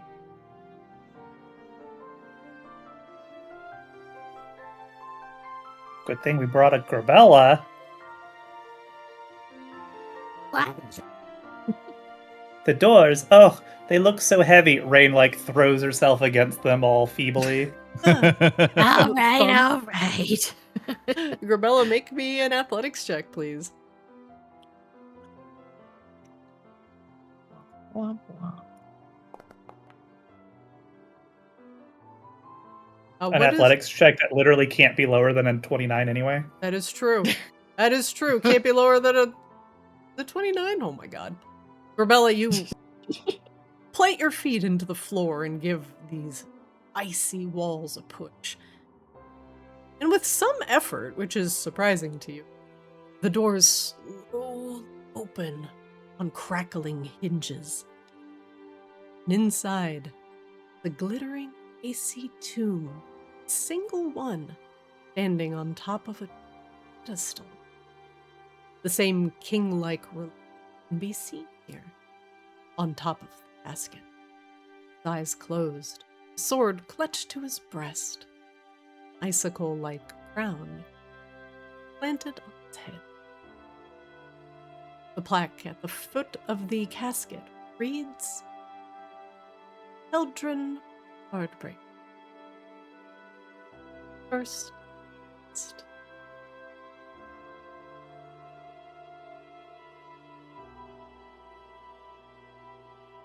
Sorry, last of his name or first of his name? First and last of it. Oh, okay. The crack is extremely deep here and goes underneath.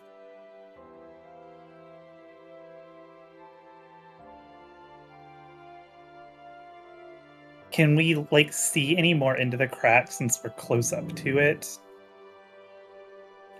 Is there anything more to see there? For those of you with detect magic, just gets and there is darkness beyond.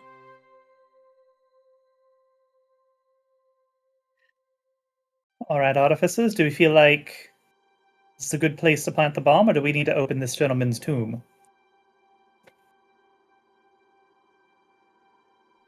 We could open the tomb just for funsies, but I mean, if we plant a bomb in this crack, it's deep enough. The fissures should really make a nice after effect for us.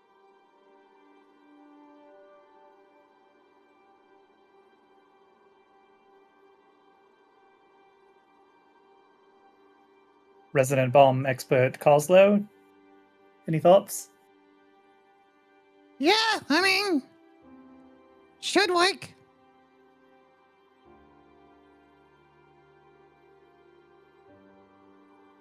Great. Since it's all going to go away anyway, we might as well just open up the tomb. I mean, what's the worst that's going to happen? We're going to blow it all up anyhow.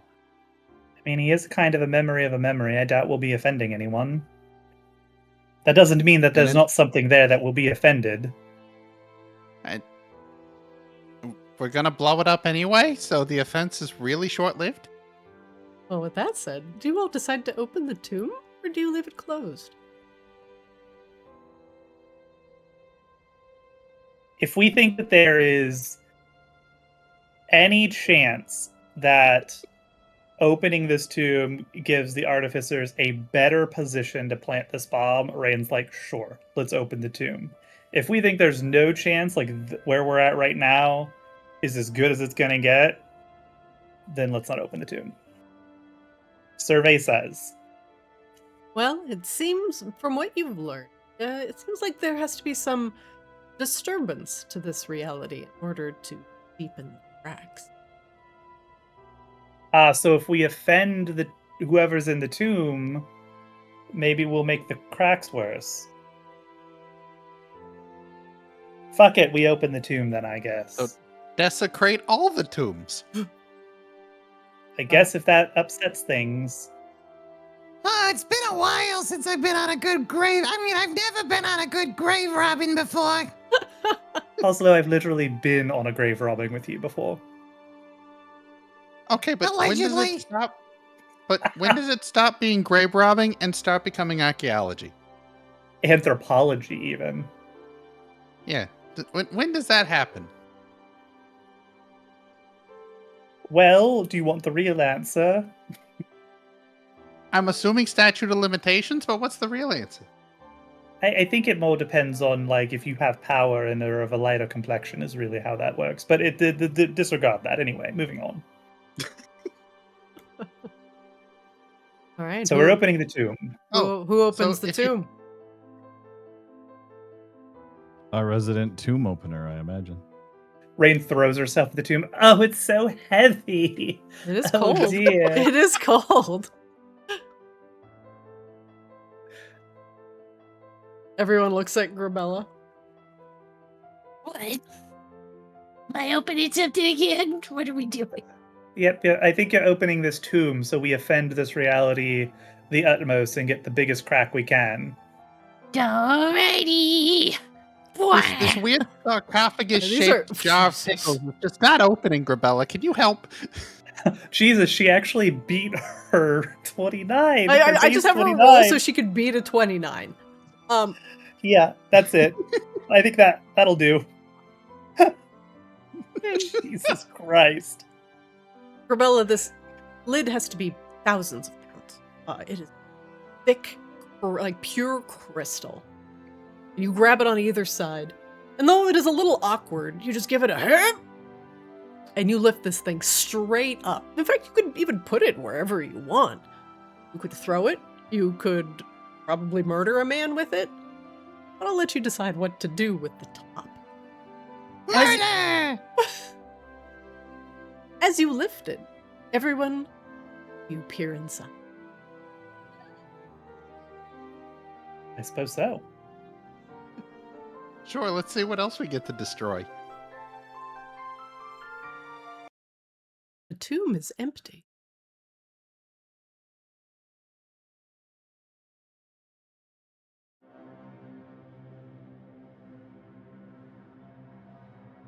You all hear a sound from multiple sounds.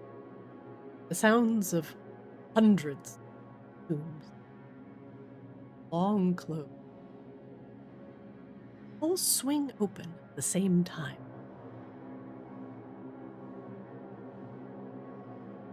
The hallway that you came Uh-oh. from, one lined with hundreds of.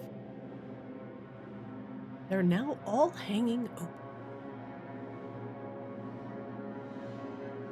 From underneath your feet, the reality cracks. The fissure, the magical fissure, gets. And the tomb that you are looking into cracks in half and falls very slightly into this magical fissure. It is now kind of hanging off of this near canyon, the crack which went from about 3 or 4 inches wide to a good 4 to 5 feet wide, is now peppered with stars as you clearly look on the other side of this deepening fissure. The cosmos, the astral, swirls underneath your.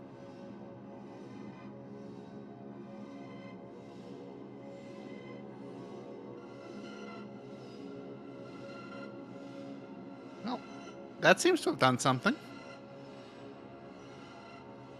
Yeah, that was really effective, actually. Again! Let's open more tombs! Well, they're all open now, I think was what just happened. They all opened with that tomb. They're all open.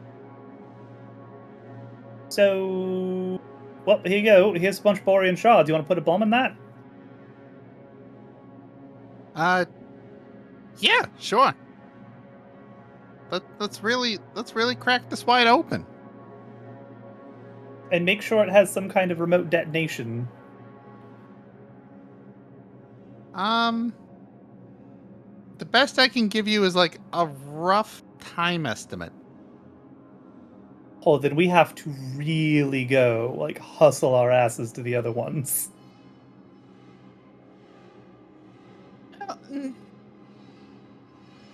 Maybe? Maybe we go to the other ones and come back here. Just in case we gotta crack tombs or something to figure some shit out while we're there. We'll run around these rats in a fucking maze for 6 months. Oh, I hope we don't get stuck in another endless pipeway of just really tight corridors. Okay, well, so mischief managed here then for now. Raine puts all of her spaghetti, Borean shards back in her bag. Okay. To the one that was deeper in the city then. See who we can offend there. Sure. Great. Did we get like a reset at all with this one, or was it literally just No everything reset. got angry? It's just the crack got wider. Way wider. Okay. All right, shuffle, shuffle, shuffle, shuffle. Okay, you all leave. Sounds like. Yep. To pass the tombs that are in the hallway. Each of the plaques that you passed no longer have names on them. They all say something, and it is all scrawled in. Uh-oh. All of them say the same. They say, Nervala remembers.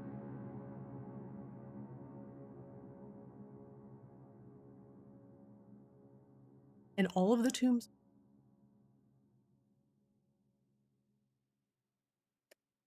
Well, that's some shining shit right there.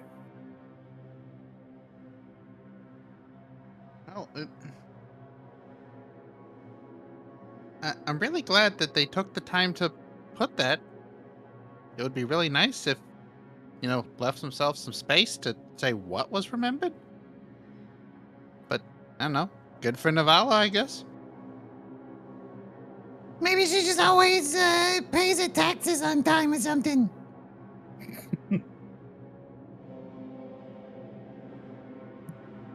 All right, shuffle, shuffle, shuffle to the city crack. Okay. You leave the mausoleum. The graveyard is empty. There are no mourners. But when I say I mean is. All of the graves are open. There are no cats.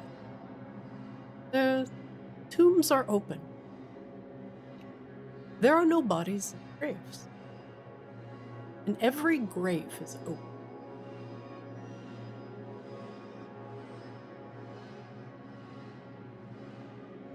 Coslow, I think someone beat you to it.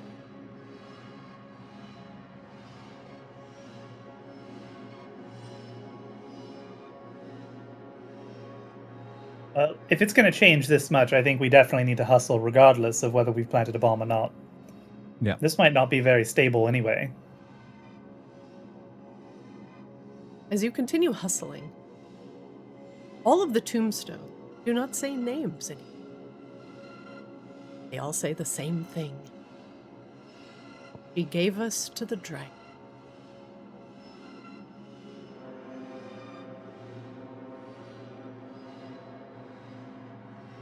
Tell us something we don't know, increasingly creepy fucking ghosts. Oh no. Our peaceful life of the same last 5 minutes before we were all, violently destroyed is now being disrupted. Now we're all gonna be mad and upset.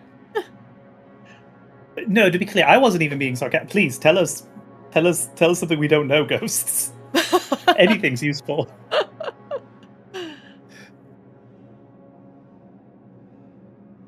Right. Okay, so You continue following the What? crack? Yes. Yeah, I think so. This seems to be working just fine so far. What was the next part of the story? You know, after this part? With the souls being collected and all that?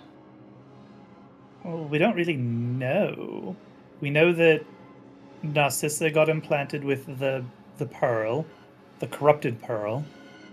Nervala forced her to unleash her power, which summoned or released a bunch of undead into the city who feasted on everyone. And that's kind of all we really know. We don't we know that Nervala somehow has possession, or Narcissa has possession of everyone's souls, but we don't know how that works and to what end and exactly what other rituals were done. But certainly something involving Tiamat seems likely.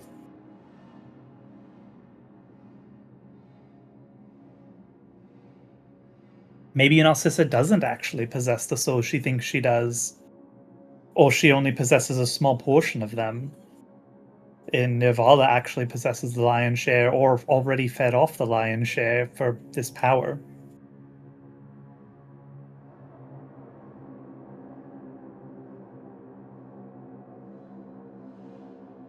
Shuffle, shuffle, shuffle, shuffle. Oh, Yeah. yeah, okay. So,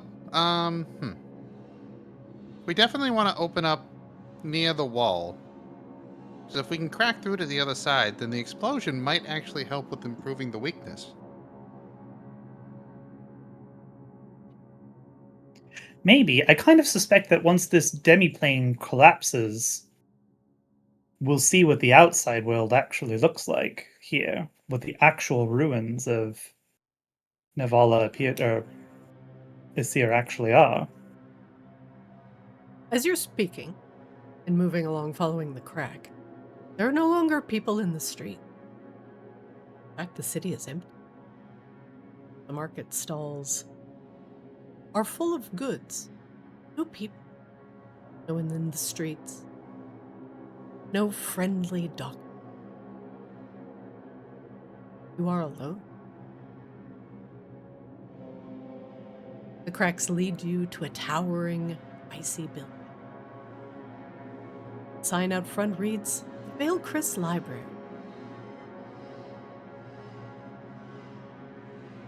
Oh, goody, I do so like libraries in creepy ruined cities. Yeah, they light on fire really well. Oh, here we go. It means we don't need to have library cards. What's a library card? Yep, no, that tracks actually, Coslow. Do you all enter the library? The cracks lead directly up the stairs, past two grand double doors. Oh, hell yeah, you don't have to fucking convince. Like, say less. Raine is all about libraries. Let's go. No one stops, as the building is also empty. Just thousands of books lining the wall. And one massive tome on a plinth sits in the center of the room. I'm playing too much EverQuest. I forget. A cryophoenix quill hovers above the open. Its Hey, wait a nib minute. pressing into the paper. Is it actually writing itself? No, it is still. What was it writing? As you approach the book, it's like it is a pinned history.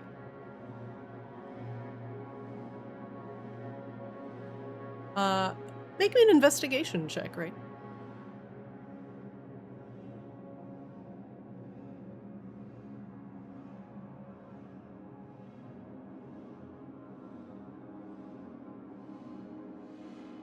Foresight is so good. The entry that seemed to be self-penning the day-to-day activities and overall history of Vaelcryss stops on the day of the Festival of the First Fruit.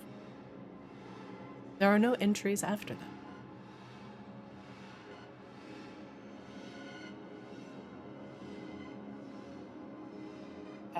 Raine is going to take the quill and close the book and take the book. The reality immediately snaps. I kind of wanted the book, though. Okay, fine. I don't think that's how that works. Well, And all of the books in the library fall into the now increasingly widening gap. You can't even call it a crack anymore. It is more like a canyon. All of the books begin falling into the astral. You stand on the edge of this new canyon. The book of Vaelcryss history falling slowly into the abyss. The only thing left in your hand, Raine. okay, we'll take a second Cryo Phoenix quill. Come on, let's go. +1, where are you?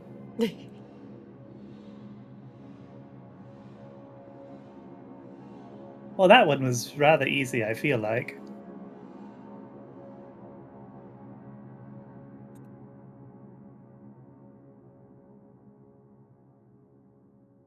There's only one path. You know, guys, maybe we aren't going to need bombs after all. I feel kind of bad after all of this. That Got your just means we heart have set more on bombs bombs. for later. No, that's true. I like that attitude. There are a few... Very well, to the castle. As you leave, there are a few books lying scattered, feet lying open, pages waiting to be read. As you walk by them, you glance down at the words, and they are written in Infernal. All of them say the same phrase over and over. They say. You read Infernal? Raine does. Celestial and Infernal. It says, the souls were accepted. There's nothing else in the book except that phrase. Oh.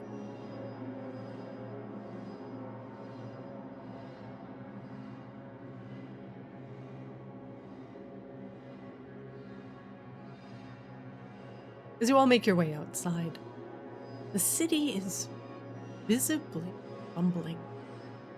Cracks are now beginning to appear in pristine ice, and the spires are missing their perfectly sharpened tips.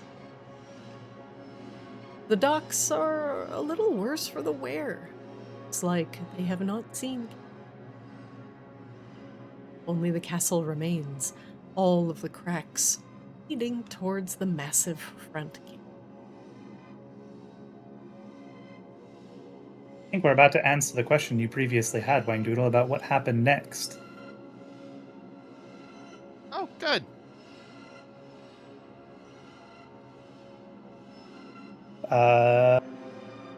Are the gates ajar enough that we can squeak through? Oh yeah. Walk on in. There are no guards, and the gates hang open. Great. One moment, please.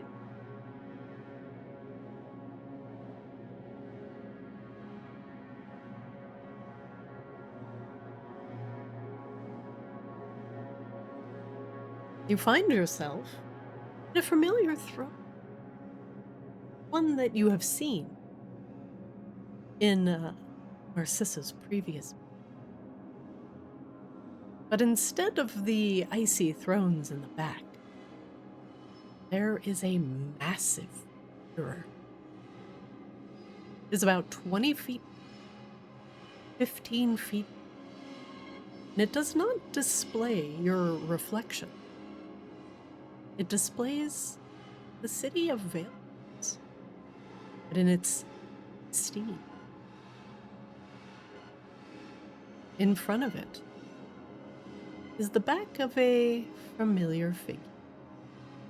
But she is not clad in the embroidered Tiamat robes that you. She is clad in the soft silks of elven royal, the icy crown perched on. Nervala is gazing into the mirror. It appears to be showing a reflection of the city on a particular day where she is walking through the market. The townspeople greet her with reverence, and she buys things from the stalls and gives them to the children that are running around her. Makes a gesture with her hand. A different day is shown. She is riding on an airship, overlooking the Seer Mountain, enjoying the view, and gazing into the aurora borealis. Makes another gesture, and another scene is shown. One where she is speaking with fellow dignitary around Arctis in this very continues just flipping through these various.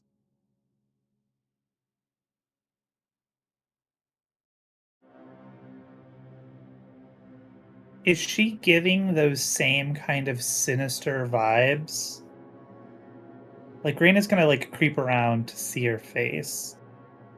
Like, does she look like she is someone who is sad and wistful, or does she look like somebody who's a maniacal sociopath as she's, like, gazing at these memories? The scales of the Abishai, which you have seen on her before, are not there.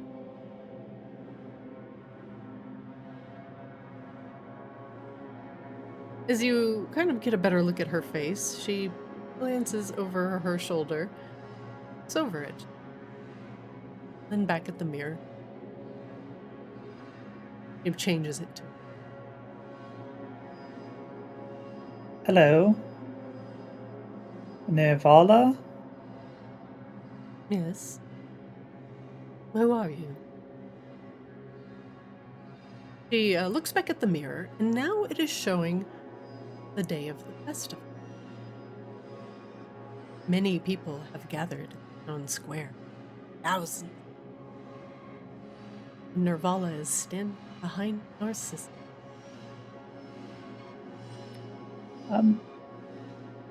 Friends, maybe.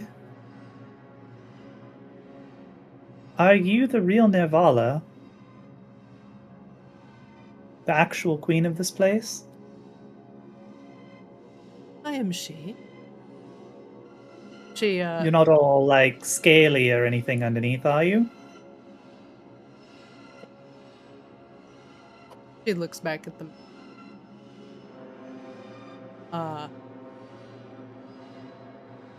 She watches as Nervala herself leans, whispers, Sissy.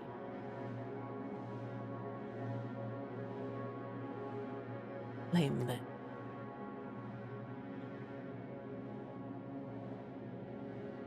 And as everyone has gathered for the festival of the first frost, Narcissa exposes the girl, points her staff at the crowd, and begins disintegrating. They got your question answered there, Wangdoodle. She just sweeps a laser of disintegration across the crowd. Hundreds fall, and screaming souls leave their body, fly into the pearl. Vala smiles, sharpened dragon teeth, too wide face. The Nervala in the mirror does. The Nervala not in the the mirror. one we're talking with. Okay.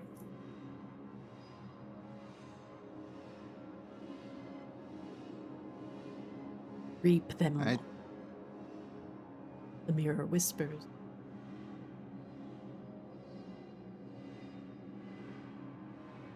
Nervala turns off the mirror.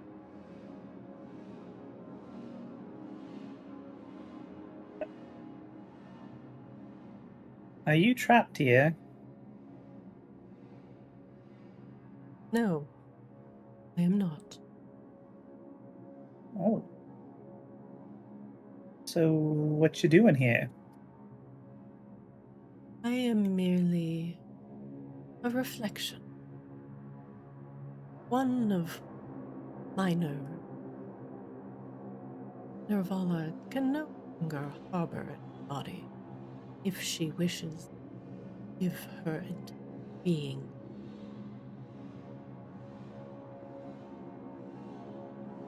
Simply a shadow. Shade. Her last. So you're saying that Nirvala was not always an Abishai, she became an Abishai? Like, she wasn't just replaced. You weren't just replaced. You actually wanted this. I did. I gave myself willingly. And in you're exchange her. for Oh. conscience, perhaps. A memory. A lingering.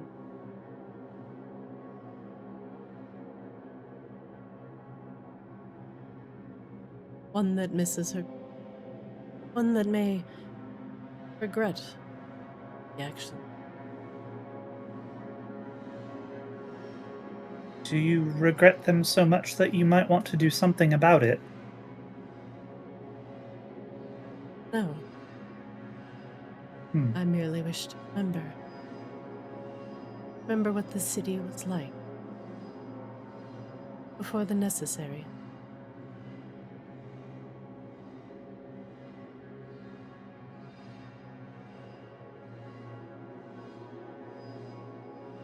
Well, then you're honestly, frankly, a pretty shit conscience. Fuck you. She shrugs nonchalantly. I had to give Tiamat what she wanted, lest she consume all of our. If I did not ally myself, the entire world, entire being of be consumed. Yeah, no, that's bullshit. Actually. And turns out you fucked everything up anyway. There is nothing that can be done. Tiamat will come. She will continue hunting. I made the sacrifices that needed to be made, including my people. God, you're so fucking dumb. Like, so incredibly stupid. Selfish. None of perhaps. this was necessary at all. There were other options even then. There are other options now. And you just did it anyway. And you're the regretful one. You're an embarrassment. You are despicable. You are worthless. Perhaps not. The world is better without you in it.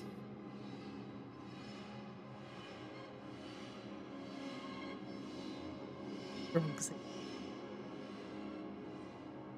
I gave myself to Tiamat willingly, entirely. Yeah, you said that. You're not making it better.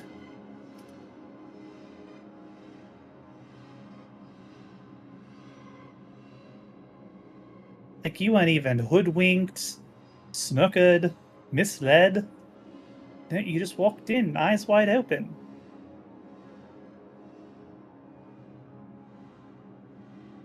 I am ashamed to share any blood, any kin with you.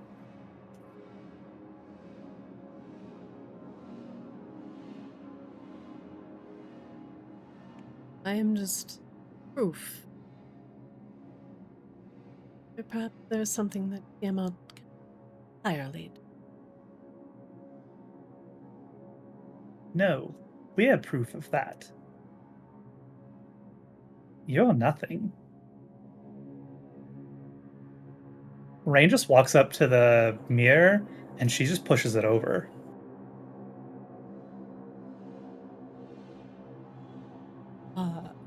The reflection of Nervala shouts at you. No! Get fucked. My memories! Actually, Grabella, I might need a little help here. You slam It's a really against big the fucking mirror. mirror. It's a big fucking mirror. Grabella, please. I'm coming. This is a really cool, dramatic moment. I need your help.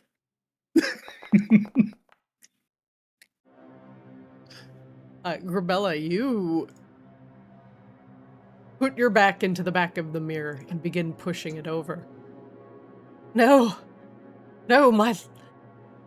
my precious illusion. And the mirror comes crashing down to the ground. Nervala falls to her knees and picks up a couple shards, some that are flickering still with her memories. As she looks up at you, eyes are glowing blue fire. Fools. Now you have to deal with what is actually real. Yeah, see you soon.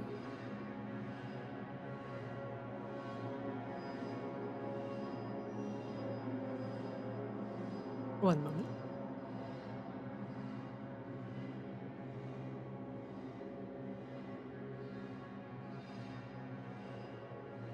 Oh shit.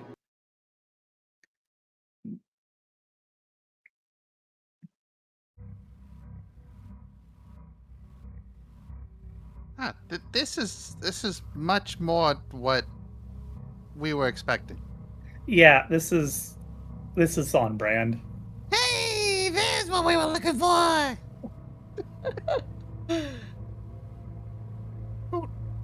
Who turned Who turned us to the wrong channel? That's why everything was looking weird. We literally just went through like the full season of WandaVision in like one episode.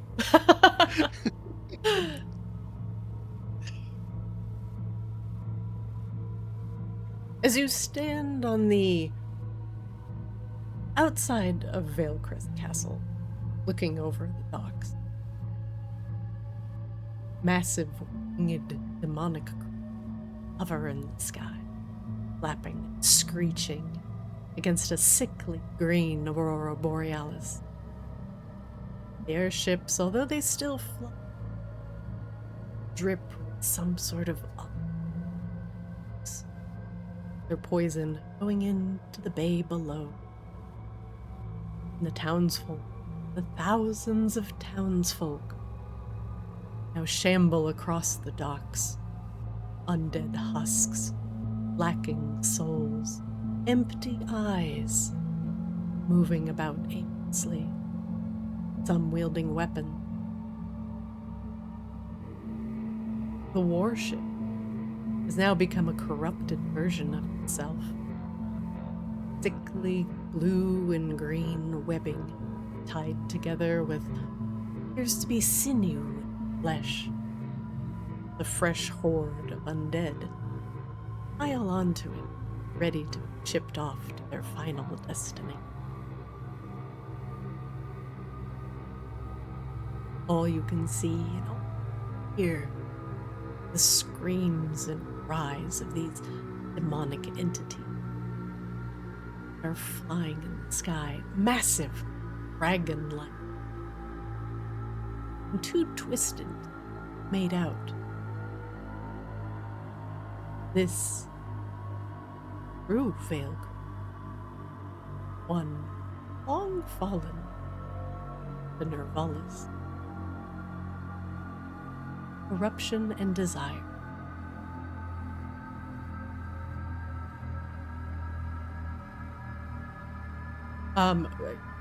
Raine, your sending stone is like going off. Hello? It is Narcissa, and it is like a frantic message of answer me now. Yep, I'm answering you. I think we're good for you to pull the trigger now. Where have you been? What? Look, we had to. It was a whole time memory scape mumbo jumbo, and it's fine now. Let's blow this popsicle stand. Speaking of which, where are we actually physically located now after that all unwound? You are above the entrance to Vaelcryss Castle. You are like right here. Oh, well, perfect. And you are overlooking the docks. Right, everybody's good for the pew pew boom boom fuck you plan, right? To go off. Are you asking Narcissa? Yeah, sure. No, I'm asking the party. Okay. Yeah. Sure. Great. Yep, we're We all have good to- here on our end. Sorry, what was that, Corbella? I just was wondering if we had to get people places that we had not got them because we're now here. I don't think so. Like, they're just because they're gonna open the gate, they're gonna fire the laser to lure all these undead fuckers away, and then they'll blow the bomb in the wall to try and seal them on the other side. At least give us time with just Nervala. That's kind of the plan. And then we need to find Sick, and we need to find Roxy, and then we need to fuck up Nervala's face. Like, all of it. Just, like, rearrange it. We're using that discount makeup. The last thing that happens as you all stand looking over the docks is one of these flying creatures as you begins winging towards your direction, screeching. At the same time, all of the undead horde turn and look up at your location. And they begin. That would be good, Narcissa. That is where we are going to end the session.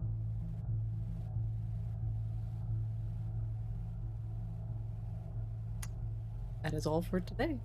Hopefully you all won't get overrun by the undead, and hopefully your plan will work. But you have made it through the lies of the pocket. And, well, destroyed any remains of Nervala's conscience that may have regretted he has done. That was not much conscience there. Let's be honest.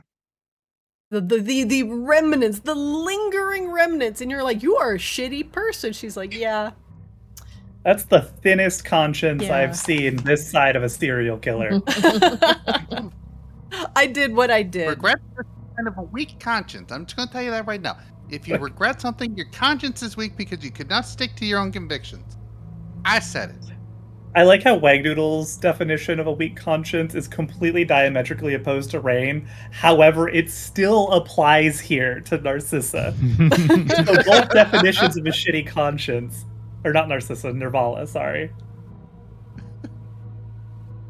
I'm on board with Narcissa also still catching strays. Rude. We can give a little bit of grace for, like, literal mind control. But beyond that... All right, everybody, that is where we will end for today. The true Vaelcryss is revealed, and you have broken out of the pocket dimension by pointing out and exposing the flaws in Nervala's. That'll be it for today. Not tomorrow. Next week, hopefully, we'll have C-Swab back and your plan come to fruition. I can't wait for Sweet Swab to come back and notice everything we did and everything that he was involved in doing. He's gonna come back, everything's all fucked up. He's like, what did you guys do? You But fucked like, what are you everything talking up. about? This is just what took a happens when nap, you waited sail for off you to Sweden. Yeah. Look, this could be even worse. I could be on a work trip for like the next 2 weeks. But I'm not, so you know, that works. And now, since you've completely destroyed all of Nervala's conscience, now only the servant of Tiamat remains. Congratulations, everyone. Yay. I mean, I Yeah, asked you if said she it wanted like to you do had a anything choice. to make this right, and she was like, nah. I'm like, well, okay, I don't know what to do with that. Yeah. I look, guys, I think we're gonna have to kill this bitch. I don't know what to tell you. Like, Oh no! We're gonna have to kill someone. Please, no. Yeah. I think we're gonna have to kill this guy, not Steven. murder. Oh no. All right, No, everybody, that I'm is not it. ready for murder. We are ready for murder. That is it for today. You guys are free to go. Thanks for hanging out, and I will see you next Monday. Same bat time, same bat channel. Sound good? Yep. Hell yeah. Okay. All right, everybody. My friends. See ya. Good night. Night. Bye. All right, chat. That is it for today. They have dispelled the illusion. And any semblance of Nervala's regret. Thanks for joining us, chat. If you enjoyed the session, you can check us out over on YouTube! YouTube. We'll put it in the chat. That is Arctis D&D, where all of our episodes will go in full if you want to sit down and listen to some D&D. If you just want our shorts and funny moments from this session, you can check us out on Twitter, TikTok, or Blue Sky to get 1-minute snippets of the characters you love. I'm your DM, Zarina. Hey, thanks for hanging out in chat. What's up, Mykonon? What's up, Brandon Wolf? Thank you for hanging out. Goose, etc. What's going on? Thank you. Thanks for lurking. Thanks for watching. Hope you all enjoyed the session. With C-Swab gone, we didn't want to delve too deeply into Vaelcryss Castle, but I did want them to uncover what Vaelcryss used to all be about. And, you know, I did want to make Nervala the villain. She's not likable. Maybe a tiny piece of her elven remnant, or like kind of, you know, didn't want to do what she did. But it's infinitesimally small. And now that no longer exists. Now there's just a bad guy. Thanks for watching, everybody. Thank you for hanging out. New WoW patch tomorrow. I will be streaming. Thanks for watching, everybody. See you next time.